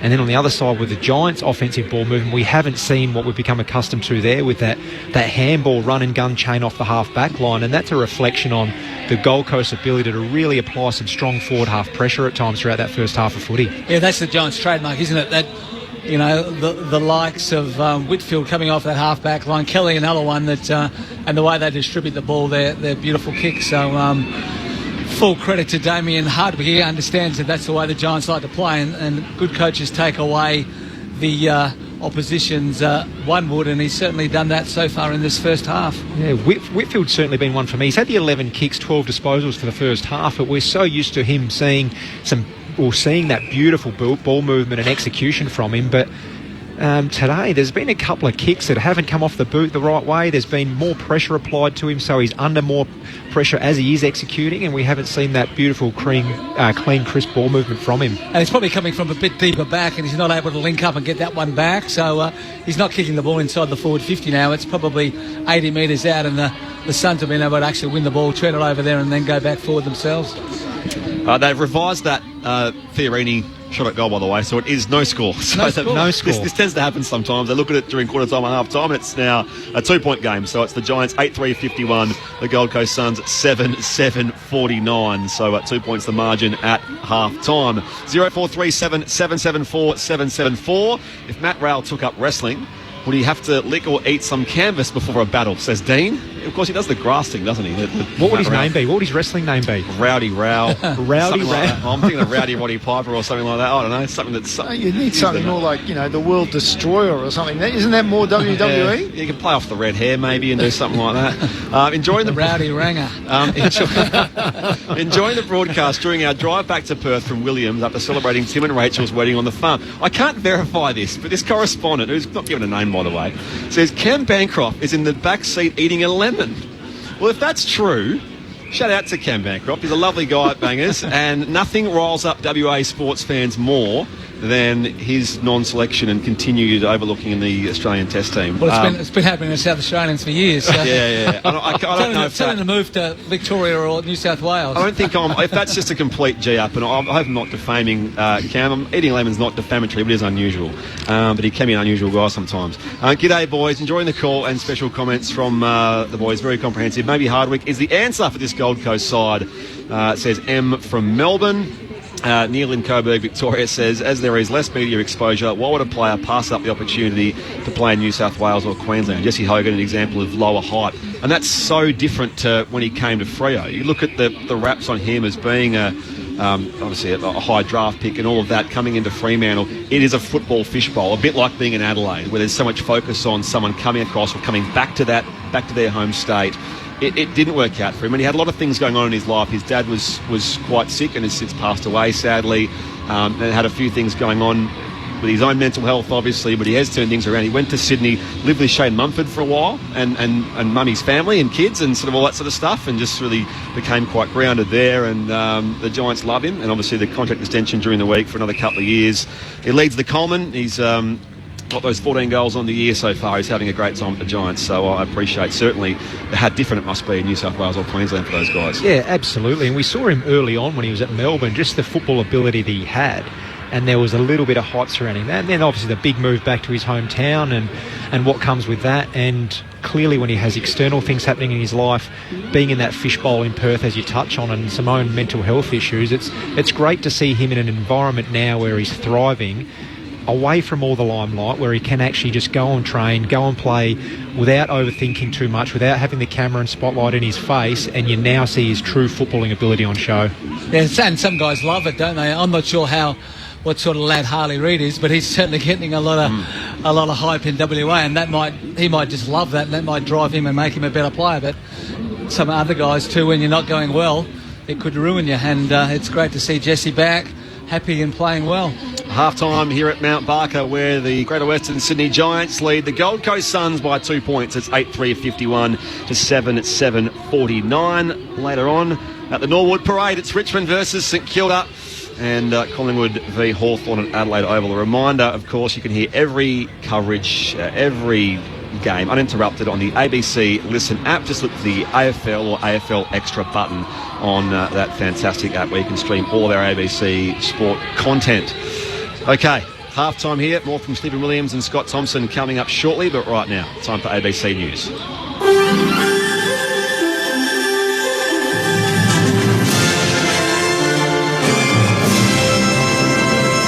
ABC News with Satyam Weinstein. In New South Wales, warnings remain in place due to flooding along the Hawkesbury-Nepean River in Sydney's northwest. The State Emergency Service says more than 3,500 people have been told to prepare to evacuate, with 1,400 homes and businesses potentially impacted by floodwaters. New South Wales SES spokesperson Stephanie Hurd says evacuation centres have been established at Richmond Club and Penrith Panthers. They are rural areas, they are low-lying, and they are a lot of landowners that unfortunately have gone through these type of flooding events quite a lot in the last couple of years. WA police are continuing their search in a remote part of the Kimberley region for a man believed to be part of a group that arrived by boat. The ABC understands the group was discovered at the remote Mangalulu Truscott Air Base in the Kimberley region on Friday. Police launched a land search operation for the man yesterday after he became separated from a group of people. They say they've been advised he may have been a passenger on an unknown vessel. It's the third boat arrival in the state's Kimberley region in recent months. Australian Border Force has told the ABC it does not confirm or comment on operational matters. Police in the Israeli city of Tel Aviv have clashed with protesters as tens of thousands of people took to the streets. The demonstrators were calling on Israeli Prime Minister Benjamin Netanyahu to stand down and call new elections over his handling of the war in Gaza. It comes as the Israeli military says it's recovered the remains of a hostage killed in southern Gaza. This protester, Noam Perry, says his death could have been prevented. He should have been with us today. He could have been with us today. And we demand the world to do anything to make this deal come true and bring them all back home. Latin American nations are condemning Ecuador's government after police raided the Mexican embassy in the capital, Quito. Police stormed the embassy and arrested Ecuador's former vice president, Jorge Glass, who'd been holed up inside the building since December after he was convicted of corruption. Mexico and Nicaragua have immediately cut off diplomatic relations with Ecuador. Mexico's foreign minister, Alicia Barriza, says the raid was a flagrant violation of diplomatic law. Mexico announces the immediate suspension of diplomatic relations with Ecuador. In this sense, our diplomatic personnel in Ecuador will leave the country immediately. We urge Ecuador to offer the necessary guarantees for the departing personnel. Slovakian nationalist candidate Peter Pellegrini has won the country's presidential elections. It's a win for the government of pro-Russian Prime Minister Robert Fico. Slovakia's president has mainly ceremonial powers but can veto legislation and refer matters to the Constitutional Court. Mr. Pellegrini says it was a hard campaign, but he's pleased with the outcome. Mám pocit, že som aj zažil veci, o ktorých som ani netušil, že ešte... Throughout my 20 years in politics, I've encountered unexpected challenges, but many of the attacks I faced ultimately strengthened me, both personally and in terms of my public image. Beverly Brock, the longtime partner of the late Australian motor racing driver Peter Brock, is being remembered as a remarkable and ferocious woman following news of her death. Her family says the 77-year-old passed away at her home this morning, 2 years after being diagnosed with stage 4 cancer. Bev, as she was known, was a significant supporter of Peter Brock's racing career and was also involved in multiple charities, earning her an Order of Australia. Kriv Stenders, who directed the documentary Brock Over the Top, has told ABC Radio Melbourne Bev Brock was a force to be reckoned with. She's probably one of the most remarkable, extraordinary, resilient, ferocious women I've ever met in my life. She was incredible. And, you know, we had our tough times on the film because, you know, I wanted to tell the story, warts and all. And she was very gracious, very open. More than 1 million New South Wales drivers will have demerit points scrubbed from their licence as a reward for recording no offences for a year. It's part of the New South Wales government trial aimed at encouraging safer driving. The trial's been extended for another 12 months, giving drivers another shot of having a demerit point wiped if they don't offend until mid-January. And 3 people have been taken to hospital in a serious condition after a fire broke out at a unit in the inner Sydney suburb of Surrey Hills. Firefighters were called to the blaze at about 3:30 this morning. They quickly extinguished the flames, stopping the fire from spreading to other nearby units. You're now up to date with the very latest from ABC News.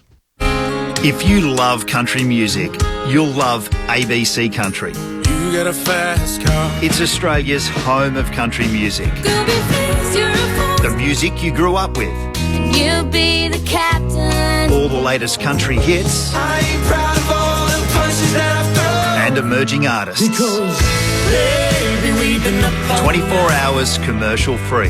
ABC Country. It's on your DAB Plus digital radio and the ABC Listen app. You're listening to the AFL Gather Round. On radio, ABC Sport Digital. and take us with you on the ABC Listen app. Ben King kicked a couple of goals against the Bulldogs before the bye. This one's on its way for goal number 2 this afternoon. And the Suns just keep touching distance. Humphrey was there, under pressure, lost it. Cornelio will come away for the Giants. No, he overran it. Rowell picked it up, shared it with Pohesi. His first goal in the big league. Ben King had been goalless in his past couple of games against the Giants. He's got 2 this afternoon. Here's number 3, right to the line and there. Changes the lead. The Suns are ahead. Matt Rowell really starting to have an impact on the game now. Really strong in the centre bounce there. He's up to 12 possessions now, but strong in the contest and generating some outside ball for the Suns. Riccardi comes in from 25 out, not much angle, and he makes a good job of it. The Giants take back the lead. Pohesi loads up. High inside 50. Wits down to Miller. And now Roses. Dangerous pace. Dangerous handball. Dangerous. Matt Rowell can line up from 30. And put the Gold Coast Suns back in front. Toby Green with a set shot from 40. Makes no mistake. That's his third. And the lead swings again. The Giants back ahead by a point. The 2024 AFL Gather Round. On your radio. ABC Sport Digital. And on the ABC Listen app. Half-time in the Adelaide Hills, where the Gold Coast Suns and Greater Western Sydney are playing what they've playfully embraced as the Expansion Cup. And it is only a 2-point game to the Giants' favour, 8-3-51 to 7-7-49. You're with Brett Sprigg alongside Neil Cross. Scott Thompson and Stephen Williams, your experts here on ABC Sports. Still with 2.5 games of footy to come today. Richmond Secura at Norwood, and then Collingwood and Hawthorn bring the curtain down on Gather Round at Adelaide Oval later on tonight. See, they got Dean Brogan out doing the Gold Coast Suns mascot. He's quite a tall fella. He is here somewhere, Brogues. He said he was going to come and see a couple of his old premiership teammates that are coaching against each other today. Anyway, 0437 774 774. Hey boys, great call. Can you ask Tomo if he's available on Anzac Day? Says Ferret from Cow. Do you help out the? Yes, I did spend last Anzac Day over there. Great football club, great environment, great support network there, and really enjoyed it over there last year. And look, I'd love to go back over. You're looking like you can still play footy. Get to the Cow Footy Club, and I didn't. I'll tell you what, there was no footy played, but there was. They led me astray that day. The bar was open. And, so you didn't actually play footy? I didn't play footy. No, just helped out on Anzac Day, okay. And. I blame the coaching staff and support staff there. Just kept feeding me beer after beer after beer. Oh, no. But it was a really quality night at the footy club. Well done, Ferret, and the team at Cal. Actually, something I did happen to realise is that we're playing Mount Barker today in South Australia. Jesse Hogan's family are from the WA Mount Barker. So it's another thing which sort of goes back a fair way. I don't know if they're still living there at the moment or whatever, but there's a little sort of peculiar tidbit here as both teams are out there with the second half not too far away. 0437 774 774. Did we ever get to Scotty's first goal? No. Just give us a quick summary. First AFL goal. We're talking after Jed Walter's first goal about Scott Thompson's memories of his first goll. What do you remember? Quick summary. It was off a free kick, a very soft free kick at that. I maybe slightly played for it a little bit. It was for a hold or something along those lines. Set shot from about 35, 40 out. What ground was it against? It would have been called back then Telstra Dome. So maybe Docklands. Docklands was it? That's our ABC name. Yep. Docklands. Okay, there we go. That's against St Kilda. 2001. Round 11, 2001. I'm glad we got there in the end. Good on you, Tomo. Keep your texts coming, 0437 774 774. This game is, in prospect, it was going to be a good game because the Giants have been a leading team this year. Gold Coast 2-1 and just outside the 8 as it currently stands. And it's delivered in prospect. It's delivered, hasn't it, to half-time. It's only a 2-point game. How do you think the second half will play out? Well, I think Gold Coast are going to be a very much improved side. When Adelaide went up there and lost that first round and they were a bit critical of Adelaide, I didn't think Adelaide would beat Gold Coast up there. They're going to be hard to beat up there. They've got terrific young talent, and you can see Damien Hardwick, he was so eager to get in there because, a coach that sees that talent coming through, and he's got a system and a way that he likes football to be played, and he's shown with his decade or so at Richmond that if you've got the talent, he's got the plan that can get you to the promised land. And they're starting to play some pretty good footy, and they've got a demanding coach, and they know that if they don't play properly, there's 7 guys got dropped out of the team this week, so that certainly puts the playing group on edge. And the Giants, they showed us last year what they can do, and probably this quarter, Tomo, they're looking to get a little bit more run off those half-back flanks. We talked about Lockie Whitfield. When they're playing well, that, as they call it, the orange tsunami is just pushing down the field, and probably that's what they need to get back to, just get a little bit of that run and gun from the back half, and probably a little bit more crisp with their ball movement. Malcolm Roses for the Suns called in the second quarter that he'd gone down, and it looks like he's got some sort of problem with his hamstring or something like that, but he's still on the bench at the moment. But I think David Swallow might be looking at finally getting on the ground. He's named as sub, of course, playing at a record 22nd AFL venue. Into the second half we go. Early free kick from that centre bounce, and it will go the way of the Gold Coast Suns. Thanks to Ruth, who points out, by the way, that Cam Bancroft is playing cricket in the UK at the moment. He's not in someone's backseat eating a lemon on the way back from the wedding down south in WA. They go inside forward 50. Height of a contest here. Out the back, Berry was shoved out of it by Lockie Ash. Keeps it alive. He was under pressure. Didn't rush through the behind. Taylor is dumped there as well. Still alive here. Clohessy comes back. The kick from the pocket. It's up and it is through. The Suns get the first of the second half. As Giants trying to claim that was touched. The Giants are claiming it was touched. So we'll just have a look and see. Ainsworth was a player. Ainsworth with a snap from the pocket. I think he's conceded. Yeah, well, they're setting up, aren't they? Yeah, and there was a couple of, both Buckley and I think Perryman come in there as well on that ball. Can we see anything there? So, as ever, it's always pretty inconclusive. Well, if that's what's the soft call? If it's a goal, I think it was initially goal. Surely they couldn't overturn it for that. Anything's possible, Stephen. So, Ainsworth with that early snap, and again they're seeing the long shot, which is not going to help us. Well, as long as Review complete. Looking at these angles, there is insufficient evidence to determine if the ball is touched or not. Decision on the scoreboard. Going to be a goal. Ainsworth goal, and the Gold Coast Suns go ahead again inside the first 30 seconds of this third term at Mount Barker. So the Suns are 8-7-55. The GWS Giants are 8-3-51. We've, as I say, played on the very early stages in this third term on ABC Sport. Perfect start to the Suns in that third quarter.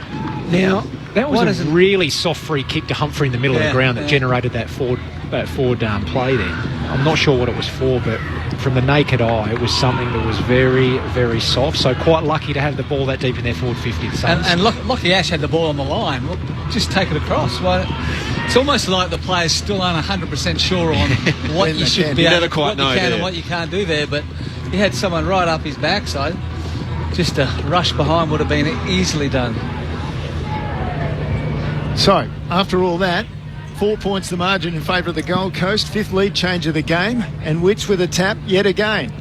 Rowell and Anderson involved. Anderson flicks the hand pass in hope over the shoulder, intercepted by Tom Green of the Giants. Inside forward 50 he goes. Ballard with the intercept. So the Suns will take over at half back. Drops it in short. Umpire says it was too short, and Anderson taken down. Now McAndrew in trouble. Got it to Anderson by hand.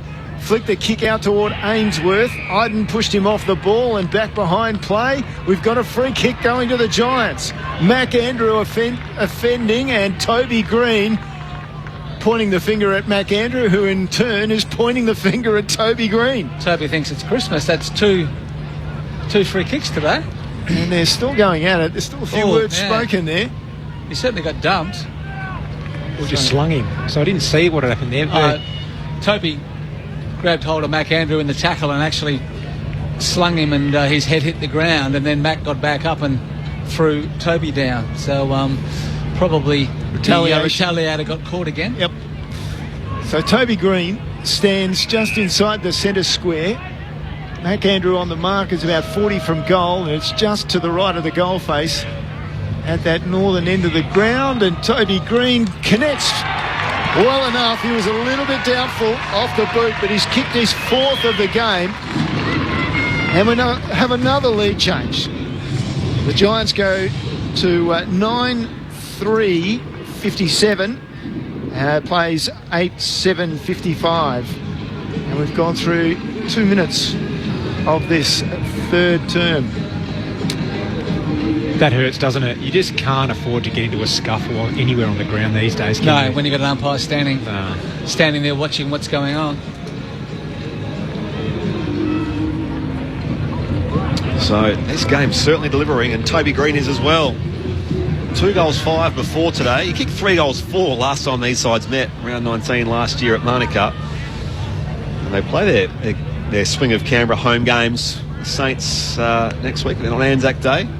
They'll face off against Brisbane, while Scott Thompson is at Cowell helping out the team as Canelio farms out the hand pass to Lockie Ash, just thumps it high inside forward 50. Mac Andrew, big leap from the back and a chest mark to finish off. That vertical leap was phenomenal. It was easy in the end for him, and he marks here for the Suns. Defensive side of the arc in the left back pocket. Goes to the outer side, out to a 2-on-2. It missed Briggs and Witts. Slapped out the back there by Briggs. Callahan goes to ground for the Giants. Off to Lockie Ash. It's been picked off again. Ainsworth releasing Berry. Goes inside forward 50, but Buckley works in front of Ethan Reid. And he takes the mark here for the Giants at full back. Just had to stop and come at him then, didn't he? He kept running back towards the goal when all the space was in front of him to come up to the ball carrier. Giants transition down the outer wing. Ash gave it to Brown at half forward, came off the chest. Rowell picks it up for the Suns. Off to Ainsworth and then on in turn to Miller. His kick found Berry at half forward. Spreads it out wide to Clohessy. Bounce with a left hand, kick with the right foot, and then intercept mark brilliantly. King was on the lead, and Taylor was able to cut it off with a dive, took the mark, and now they spread the ball from the outer side across to near our broadcast booth. The mark taken by Kelly. Down the line he goes with a hand pass to Perryman. Towards centre wing and the logo. Mark taken by Ash. Giants going forward. Lockie Ash also on a new contract last year. Wide here to Whitfield. Back to Kelly. From the flank, goes inside 50. It's wide and out of bounds on the full. So a Gold Coast Suns ball from the right back pocket. Seeing vast expanses of paddocks out behind us at that northern end of this sporting complex. It's the Giants who lead by 2 points as Andrew loads up. Almost drops there for Finn Callahan. Rowell busts to a tackle. Hand pass picked off by Tom Green. Canelio here for the Giants. Sets it up higher back to the opposite pocket now where Hogan is beaten. Mac Andrew coming late. Collins picks up here in defence for the Suns. Mac Andrew again by a hand to Ballard and now just nurses the ball up the line. And into a contest though. It's knocked down towards Toby Green who snaps in the pocket and again Andrew, he marks on the line. The Giants seem to think this has gone through for a goal, but guess what? Let's go upstairs and check in the arc. Could be a Sava Radagalia. I was about to say the same thing. Surely not. Oh, I reckon he's in trouble here. Oh no. It's a mark. Right on the line. Complete. Looking at this angle, we can see the ball's controlled before crossing the back of the goal line. Decision on the scoreboard. So Mac Andrew does prevent the goal there. Need a quality TV to see that just quietly with the orange jersey and the football. Giants by 2 points. 9-3 plays 8-7. It's a mark, so no change to our score. What feedback do you reckon Toby would have given him had that been a goal? Well, it was a goal begging, really, wasn't it? Toby should have kicked it. He just didn't give it enough height. So Mac Andrew eventually plays on, goes long. Ash in position A takes the mark for the Giants and then chips it inboard to centre half forward. Cornelio with the ball, and like a few players before him, I'm 50 out, I think I can kick it. And so far, I think, no one has anybody delivered? Tip from 2. I wouldn't be backing him if the other two couldn't. I'd say he's the least likely of the three so far. So Cornelio goes back, throws a bit of grass in the air. Breeze slightly behind him, advantaging that end of the ground. That means he kicks this. All the experts against him. In he comes. From the centre square, his last step. He's got the distance. He's got a goal. Easy. We've got another review. We've got another review. The goal umpire wasn't 100% certain. It may have hit the left post as Cornelio was looking at it, so we'll just wait on things. What are these goal umpires doing? Now the hush forms as we offer our view on things. Doesn't look like it touched the post from what we can see. That's a goal. Have we got... well, we might not have got the edge. No, we might not have the edge on this at what is a temporary, if you like, true. AFL ground. Not sure if we got the ultra edge. So whatever he's decided with his first call, I think that will be what it is. Calls like that, do they still review every goal when it goes back to the centre? Yes. Yeah. Every goal gets reviewed. So you're wondering why we're actually doing this? Why are we doing this? wasting time for no reason. And is it time we had 2 goal umpires, one on each post? I've never understood that. I have always thought, well, you know, if it's good enough for rugby league to do it in that way, and rugby union, and of course in Gaelic football they have 2 adjudicators there. But they use the sideline officials, don't they? So you can probably have the boundary umpire maybe do that as well. I don't know. In rugby league, you're talking about the touch judges go around. Judges, yeah, that's right. Review complete. Looking at these angles, we can see there's no spike on edge as the ball passes the post. Well, we found out they do have edge. They do have edge. And out of that, the Giants do have a goal.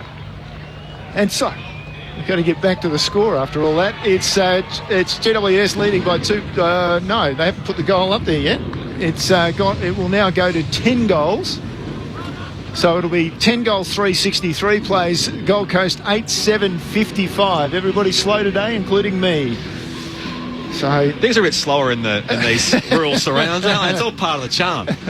Giants just it took controlling them all half time to decide the point. So the Giants just sort of controlling the last few minutes. It looked more like a Giants game. They're able to win the ball back in turnover, and then a nice precise kick inside the 50 or just outside the forward 50 for Cornelio.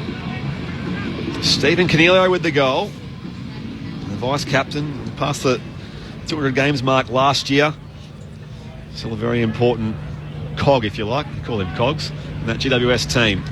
Restart back in the middle. Witts and Cadman doing the right work. The experienced Witts follows up over the back though. Tom Green gathers for the Giants. He was dumped in a follow-up tackle from Will Graham. The tackler is rewarded.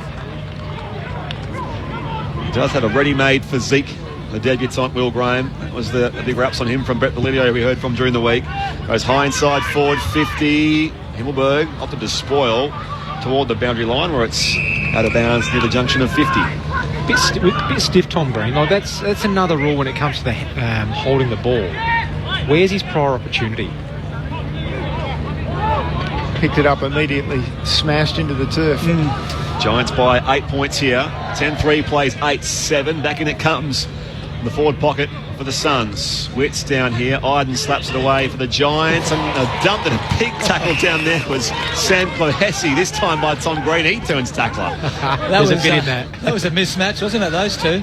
That's about 5 years in development difference. Yeah, welcome to the AFL. Ball comes off the ruck contest. Cornelio bounces the hand pass across to Ware. And Ware with his high left foot towards centre wing. Ballard dropped the catch that he should have taken. They work it out, Clohessy, and then Graham, off his right leg, long towards half forward. Again, it was Himmelberg coming late, spoiling over the boundary line. Slow to get up, Walter, but he will get up. Tough customer for the Suns. Ball to be thrown in about a metre from where the boundary umpire last did his work. Probably could have caught the last two, Himmelberg. He was getting two hands to it both times. Marked the ball. He's normally pretty good at that. Briggs out of the ruck. Attempted to take it one-handed. He was pinned by Witts. The umpire says, give it to me. That was slow motion wrestling, wasn't it? Yeah. Two lads from Sydney, Jared Witts and Kieran Briggs, out of the local system there. Of course, Witts had some time at the Magpies as well. Comes wide here for Daniels, overrunner, hitting there Anderson for the Suns. Wheels around, hurried ball inside 50, second bite, Himmelberg takes the intercept mark. He's probably thinking, he caught one across the chin, he's probably thinking I should have punched that one too. He goes across the goals, finds Taylor in the right back pocket on that eastern side of the ground. He goes long with his kick down the line. At the back, Brown picks it up. Inboard hand pass found Perryman. So the Giants will go down to half forward with a kick which wasn't effective. Wasn't a great one for Toby Green. He looked like he held on to his man Ballard for a while. He's got ball in hand now. Off the left foot into the pocket. Mac Andrew up high again. And just with a chest mark, quick chip into the corridor, and he's found Miller, and the Suns are away. Miller's kick wasn't fantastic, but it still found Anderson. From the outer side, it's Berry who just sways that kick off the right side of his boot. It's going to be out of bounds on the full. The Giants get it back. Himmelberg wastes no time. Inside to that midfield bull, Tom Green. 34 disposals, second in the comp behind Caleb Sarong. Tom Green. High ball inside 50. Up they go again. Jesse Hogan pulls it down. Mark not paid. Loose ball comes to Cornelio. Kick chopped off. They can rebound the football through Lukosius here, the Gold Coast Suns. Back to the logo, western wing. Slapped away there by Buckley. Whitfield retrieves it as well. Sweeps a hand pass wide to Jacob Ware. Over the top it was Tom Green, well positioned. Shrugs the tackle of Tom Berry. Green keeps his feet. Sends the kick inside 50. Knocked away by Harvey Thomas. The Suns have numbers in defence. Getting involved there again was Chloe Hesse. Still alive here for the Giants though. O'Halloran gets it back. Straightens up from 45. Andrew gets back there in defence and marks on the behind line. No change to our score. The Giants lead by 8 points. Mark number 8. So he's had a real impact back then, Mac Andrew. His ability to win the ball back and then start a counter-offensive has been terrific today. Dropped it in short to Ballard, who's taking his full measure, and then he dropped it almost a little too close to Brown for GWS. He didn't get to it. Lukosius took the mark, chips it over the top. Right on defensive 50 now. Mac Andrew has ball in hand. Just waiting. He's in the corridor, so he could go either way. He's opted to go out to the eastern wing, and he's opted to go long to the contest out there. King had the hands up, couldn't take it. Giants come away. Whitfield with a wide hand pass for Iden. Goes down the line high with his kick. Toby Green opposed to Mac Andrew, put his legs into him, and the umpire said, no, you didn't touch the ball, that was illegal. It'll be play on advantage. I don't know if it's an advantage now. They've just about turned it over. Miller over the ball, goes to ground. Bedford's got him. Umpire says, give me the ball. 40 out, straight in front of the goal face. The intensity of the Giants has certainly gone up in the last 6 or 7 minutes of this game, starting to control things. Up in the air it goes. Knocked to the outside. Harvey Thomas there for the Giants. Further afield now. The first man to it is Holman, but he can't keep it alive for the Suns. So we'll throw it back in between wing and half forward at the Giants attacking area. Northern end of this Mount Barker complex in the Adelaide Hills. Giants by 8 points. 10-3 plays 8-7. Back in it comes again. Out of the ruck. Briggs, and just thumps it right across the goal mouth. Jesse Hogan well positioned, couldn't reel it in. It comes to Mac Andrew for the Suns. Short kick to Toot Miller, the skipper. Miller decides to hold things up. Still well in defensive 50. Nobody really available. Opts to go wider. The mark there for Flanders. So he just holds up. Eventually he'll be called to play on. Now he is. Opts to go down the line and high, very high, sets it right up. Briggs was involved, got Witts out of the action. Ball came to ground, picked up by Humphrey. Had time to get around on the right foot. It's a bag of flour kick. Got down to half forward. Over the back was Holman. Off his natural leg, it bounces up into the left footer and he slides it home from 40 metres. Good finish for the Suns. Cut the margin back to 2 points. So good finish there from Holman. 9-7-61 for the Suns. The Giants 10-7-67. I've got that wrong. 8-7. Anyway, bottom line is the 2-point margin. 9-7-61 the Suns. The Giants are 10-3-63. Thank you very much. You went off the screen before I saw it. So, interesting contest. It has been, and for Giants have certainly controlled the play for the last period of time, and their defensive actions have been a lot stronger as well. We saw in the first half the Suns were able to kick mark. So Giants defending better, forced the long ball down the line, and then the Suns lucky enough to win it and surge forward, and Holman the lucky recipient to get on the end of that one. Yeah, it was Humphrey, wasn't it? His ability to win that ball and then use his legs to get a little bit of clearance from the stoppage, and an ugly kick, but Holman was able to finish off nicely. On the restart, Cornelio to Kelly. Palms it down here for Bedford. Tries to escape the rail tackle. He was wrapped up, and the umpire says holding the ball. It does come loose. Advantage played here for the Suns. They work it off the half back line. It was a neat pass to Ainsworth, who marks at right half back. Giants led by just the 2 points. Short kick, and then Ash was into Will Graham from behind pretty solidly. Loose footy on the wing. They're coming in from all angles, right up against the boundary line, and Ash wraps him up again. The umpire will ball it up. I'll say one thing about this being a Gold Coast Suns home game on paper, is there's no bugle. There's no trumpet after they score the goal, which I've sort of missed a little bit, like here at Carrara. It's worked forward of halfway here for the Giants. Riccardi goes to out-muscle Collins, but it misses both of them, and it's over for a throw-in. Deep at left, full forward. Anyway, we'll see if we can work on that. I do like to hear the bugle just a little bit. Giants by 2 points here as we approach time on in this third term. So, Briggs and Witts renew acquaintances. Witts brings the ball down, but it's straight away to Brown across the body. Great finish by the Irishman. His second of the afternoon. Margin stretched back to 8 points in favour of the Giants. And a really good finish across the body there. Giants 11-3 now. That's great kicking, 69. Suns 9-7-61. It's almost their bread and butter, isn't it? Those Irish guys, they kick the Gaelic footy like that around their body, and that was just precision. He never looked like missing. You know, he just picked it up straight onto his boot. And straight through the middle. It was a brilliant finish, and just to show that constant movement at stoppage, and you're willing to do the work, you'll get rewarded. So, well done, Brown. 2 goals for the day. He's a unit too, isn't he? And look at him, looking at him there. He's got some muscles, and he can run. He's got good pace. Undersized in the middle here. Cadman up against Witts. It's a tough matchup, Callum Brown, because he's a mixture of all those sort of traits. He's not just your typical sort of key forward or small forward. They go inside 50 here, the Suns. Quick clearance. Ethan Reid competes with Buckley. Tunneled it through here. Ash could come up with it for the Giants. Tom Green does so now. Works to the outside for Ware. And now it's coming up the line, Kelly. Beyond defensive 50. Cadman beaten in the contest. It was a couple of debutants combining. Clahessy got it from Graham. High ball inside 50 here for the Suns. O'Halloran's at the back for the Giants. Knocks it into the pocket, tries to soccer off the deck here. Whitfield in support, farms a hand pass back to Sam Taylor, back to Whitfield, standing on the boundary line and whacks it away here towards O'Halloran. Up the outer side he goes towards the one-on-one, a little too deep for Hogan. Off hands, play on, says the umpire. Anderson gets it back here, sends it wide. Yuland here for the Suns is wrapped up by Daniels. The umpire says play on. Mac Andrew dodging one way or the other, and then he decided to go backwards. Got away with that. And they go across the ground and find Lukosius. So Lukosius at right half back spreads it even wider. Clahessy down to half forward. Finds Berry, good kick. Berry plays on just outside 50. Chip into the lead of Roses. And he got him. And Roses has the mark. 45-degree angle, maybe 35, 40 metres out.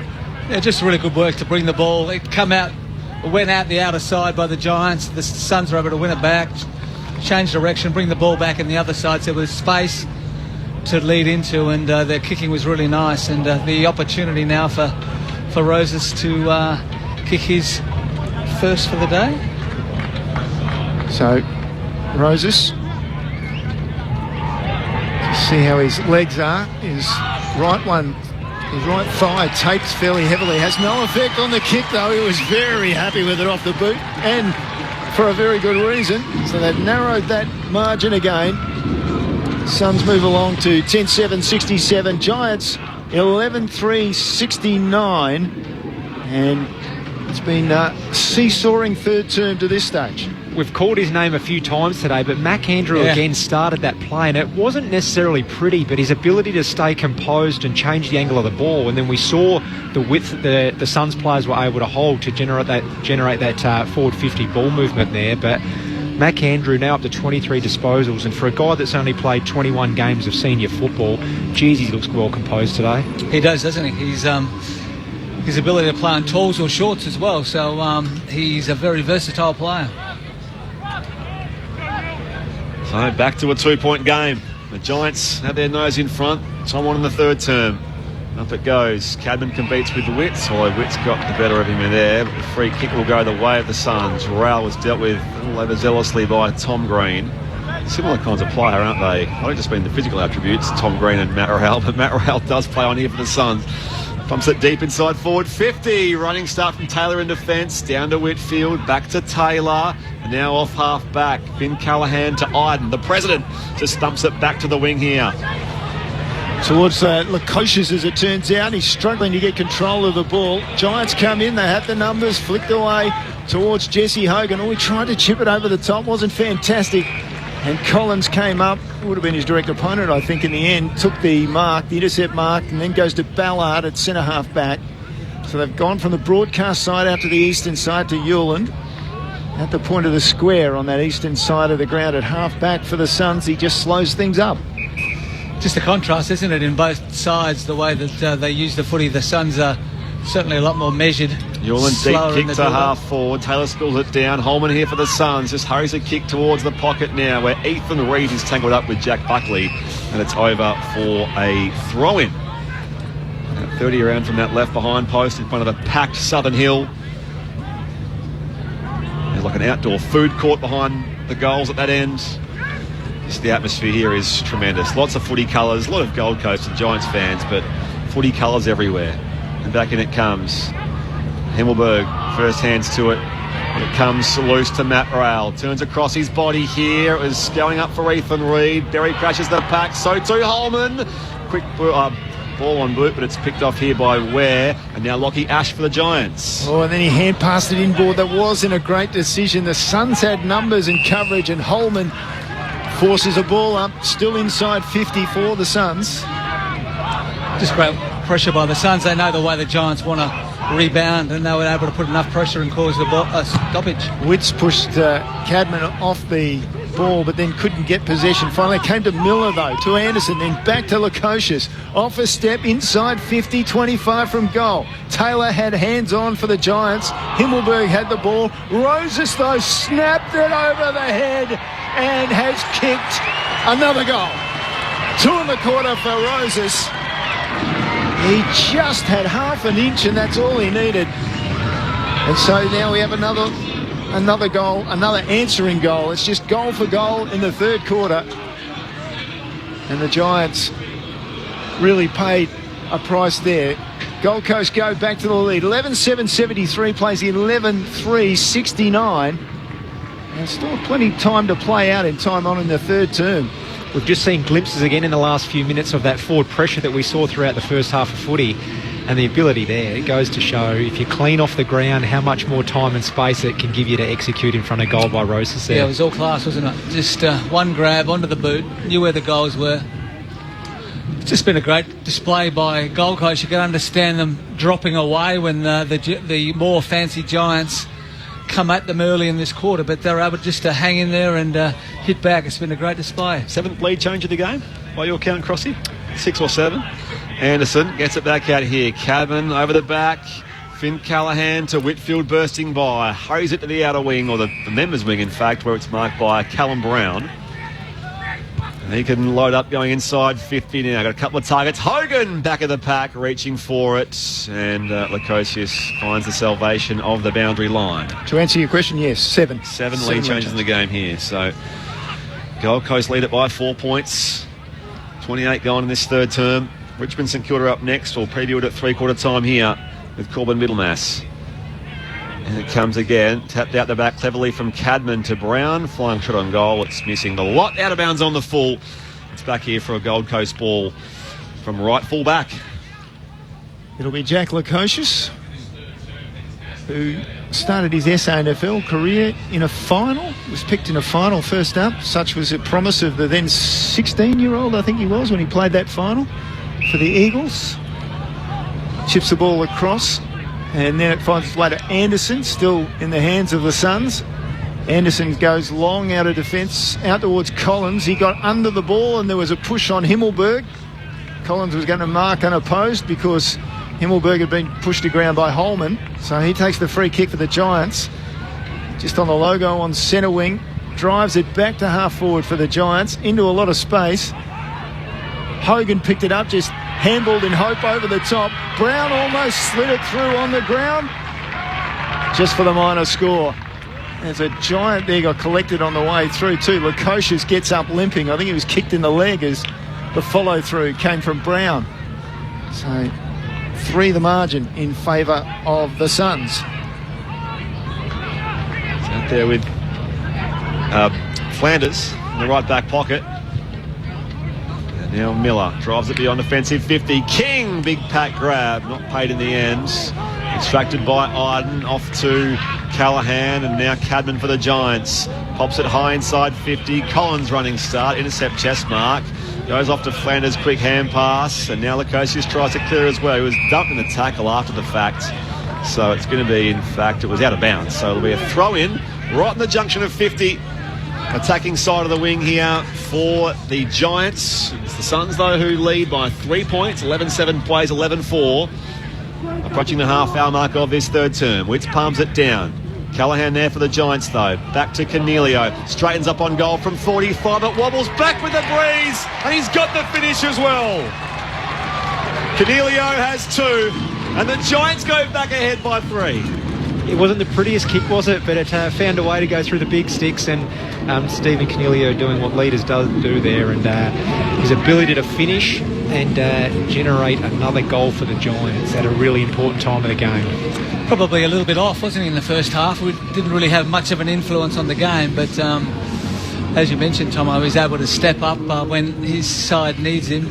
A really nice long goal earlier in the quarter, and then that one there, 2 for the quarter. Great contribution.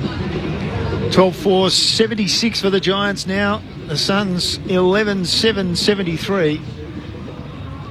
It's been a good contest. Well, it's the match of gather round, isn't it, really? It's been a cracker. There's no doubt about that. Really good skills, terrific ground.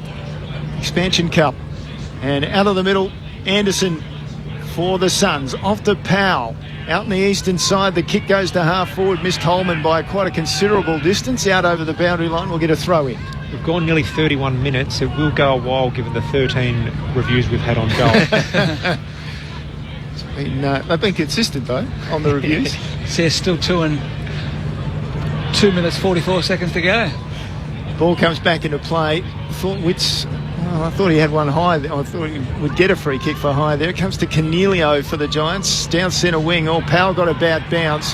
Toby Green got a good one as a result. Hand pass inboard wasn't fantastic. Kelly on the ground now. Forced a hand pass forward to Tom Green.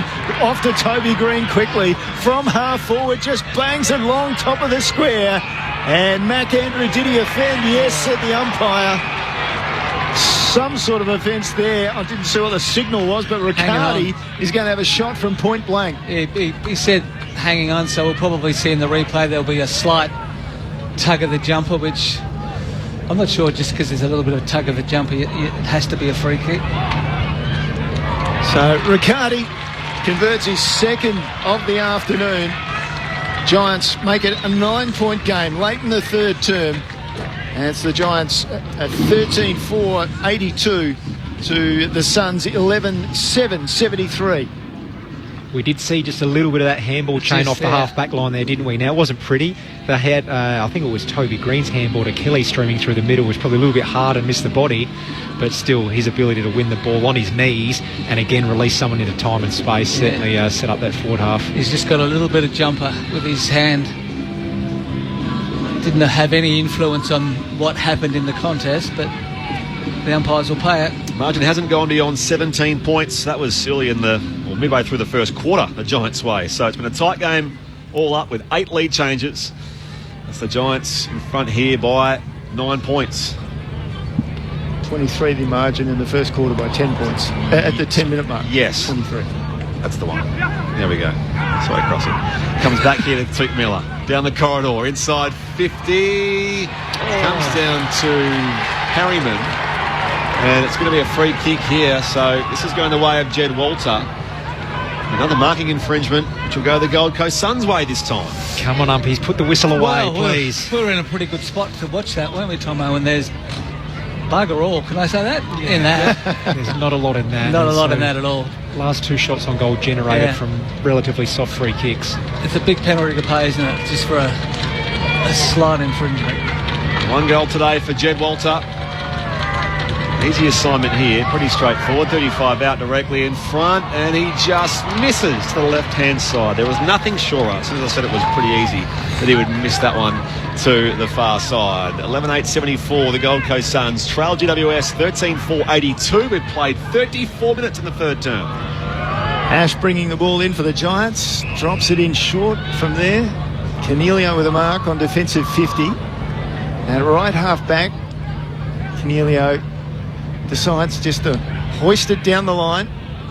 Somehow it found space, and then Mac Andrew found space as well. Took off, kicks it high. Inside forward 50.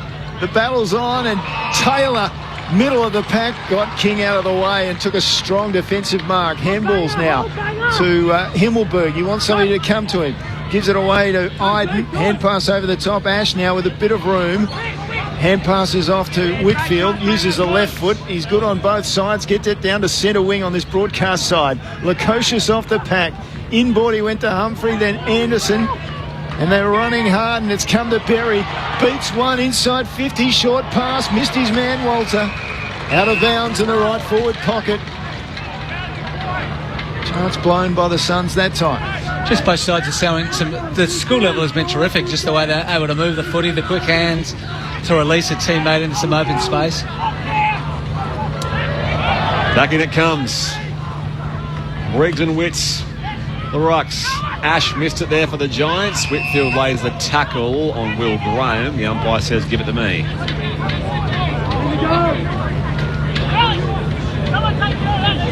Up it goes. Palm down from Witts to Miller. It's across his body here. It was spilled by Perman in the fence. Taken here by Fiorini right on the three-quarter time siren. And that will be all she wrote. An enthralling contest so far through 3 quarters. The Giants lead by 8 points at the final change. 13-4-82 plays 11-8-74. The goal kickers for the Giants, their skipper Toby Green has 4, a couple each to Cornelio, both in that quarter. Jesse Hogan, Callum Brown and Jake Riccardi also on the board in that third term. Aaron Cadman has a goal to his name as well. While for the Gold Coast Suns, Ben King has 3.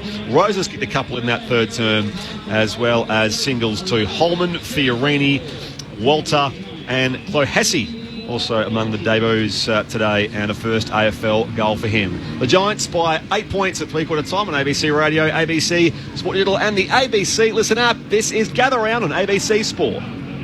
G'day, this is Becky Cole inviting you to join me each week for Saturday Night Country. For more than 30 years, we've been playing the best in Australian country music, as well as the overseas artists that you know and love. So whether it's the classic tunes that you grew up with, the best new releases, or the interviews of your favourite acts, you'll find it all on Saturday Night Country. Saturday Night Country, hear it anytime on the ABC Listen app. You're listening to the AFL Gather Round. AFL. On radio. ABC Sport Digital. And take us with you on the ABC Listen app. Still alive here. Clohessy comes back. The kick from the pocket. It's up and it is through.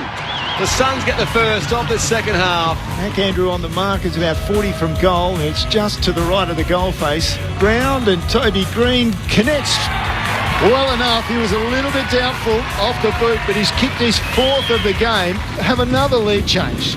So Cornelio goes back, throws a bit of grass in the air. From the centre square, his last step. He's got the distance. He's got a goal. Easy. Picked up by Humphrey. Had time to get around on the right foot. It's a bag of flower kick. Got down to half forward. Over the back was Holman. Off his natural leg. It bounces up into the left footer and he slides it home. from 40 metres. Briggs and Witts renew acquaintances. Witts brings the ball down, but it's straight away to Brown across the body. Great finish by the Irishman. Taylor had hands on for the Giants. Himmelberg had the ball. Roses, though, snapped it over the head and has kicked another goal. Witts palms it down. Callahan there for the Giants, though. Back to Cornelio. Straightens up on goal from 45. It wobbles back with the breeze, and he's got the finish as well. Cornelio has 2, and the Giants go back ahead by 3. The 2024 AFL Gather Round. On your radio. ABC Sport Digital. And on the ABC Listen app. Hot start to the Sunday in Gather Round, where the Giants lead by 8 points at this final change against the Gold Coast Suns and Mount Barker. Up next, we're off to Norwood for Richmond St Kilda. Corbin Middlemass leads our team there. Corbin. Thanks, Spriggy. It was a spirited victory for Richmond last week against Sydney, but they came thudding back to earth after they found the injury toll that came out of it. So Noah Bolter's going to miss, as is Tom Lynch, for a significant period of time. Meanwhile, Sam Banks has been dropped from the team, and Liam Baker is also out through suspension. So 4 changes from a Richmond team which won last weekend. Meanwhile, for St Kilda, they've got the one forced change. Marcus Windhager misses with suspension. Meanwhile, Max King comes back from suspension. So the Saints buoyed by that with their key forward to return. 2 one-win teams up against each other. St Kilda did a lot right last week, but ultimately fell short against the Bombers. Let's see what we get from them out in Norwood, Spriggy, at the beautiful Norwood Oval, which is about 4 kilometres east of the CBD. It's a beautiful suburban ground steeped in tradition, so looking forward to bringing you some footy from the parade this afternoon. There's no late change for Tigers and the Saints. Our next stop during Gather Round here on ABC Sport. Enjoy the footy, enjoy the Food and Wine Festival as well throughout the afternoon there at the Norwood Parade. So, yes, we'll get you there as soon as we're finished here at Mount Barker for those listening on local radio around the country, and we'll carry on a little while for those that are listening through Queensland on News Radio and the Gold Coast. In the meantime, Brett Sprigg alongside Neil Cross to call the action. Your experts here with the Giants leading by 8 points. Port Adelaide Magpies superstar Stephen Williams and Crows legend Scott Thompson. Another really strong quarter of footy by both sides there, Stephen. I would have thought we saw momentum swings throughout that quarter of footy, but overall it was really even. Contested ball, only 2 separated them. Inside 50, 17 to 15. So the game itself, clearances 10 to 11 that quarter. It was a really even battle across that 35 minutes of footy. So I'm really interested to see what happens in this last quarter of footy going forward, because now we've seen 2 different styles throughout the first 3 quarters. Who's going to hold up and maintain that for the last 30 minutes of footy? And probably the test that we're all looking for is to see Gold Coast. We sort of know what the Giants can do. We've seen them deliver and win big finals, but we really haven't seen Gold Coast do that. So to be in this situation against one of the competition leaders at 3-quarter time, when 2 or 3 times they could have easily turned their toes up and said, well, you know, we've done okay, but they're just too good for us. When the Giants have kicked away, they've actually, the Suns have been able to come back at them and come back at them really strongly. So they believe in their game plan. They haven't gone away from it. They've looked to move the ball slowly out of defence, build up, and then when they get within 50, 60 metres of goal, then they look to hit their taller targets up forward. So really like to see Ben King stand up in this last quarter. He's kicked 3 goals already today, so he has the opportunity to have a really big day out. And through the midfield, Rao, Anderson, Flanders, Humphrey, they've all been really good, and Wicks in ruck, particularly when Callahan has to go in there. It puts a lot of pressure on the Giants to get the ball out the middle. So intriguing and a really interesting last quarter coming up. Sounds like some sub-news, Crossy, as well.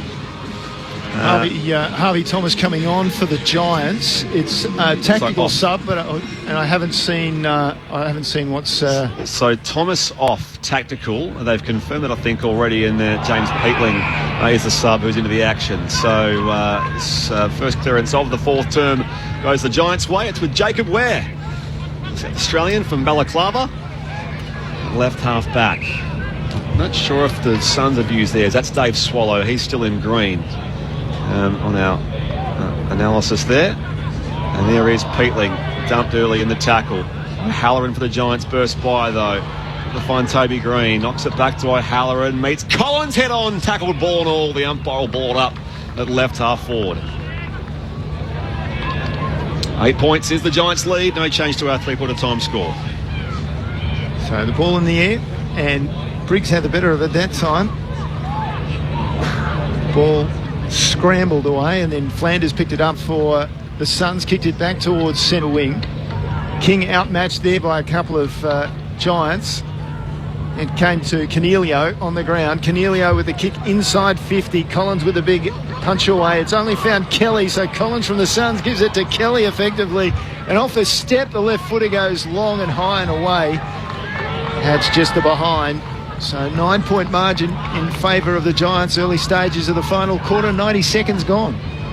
Probably would have actually bet Kelly to kick that goal. It come to him beautifully onto his left foot, but it looks like maybe the Giants are kicking into just a little bit of a breeze in this last quarter. Wobbly kick from Will Powell. Towering mark taken by Buckley on the wing. Western side of this ground.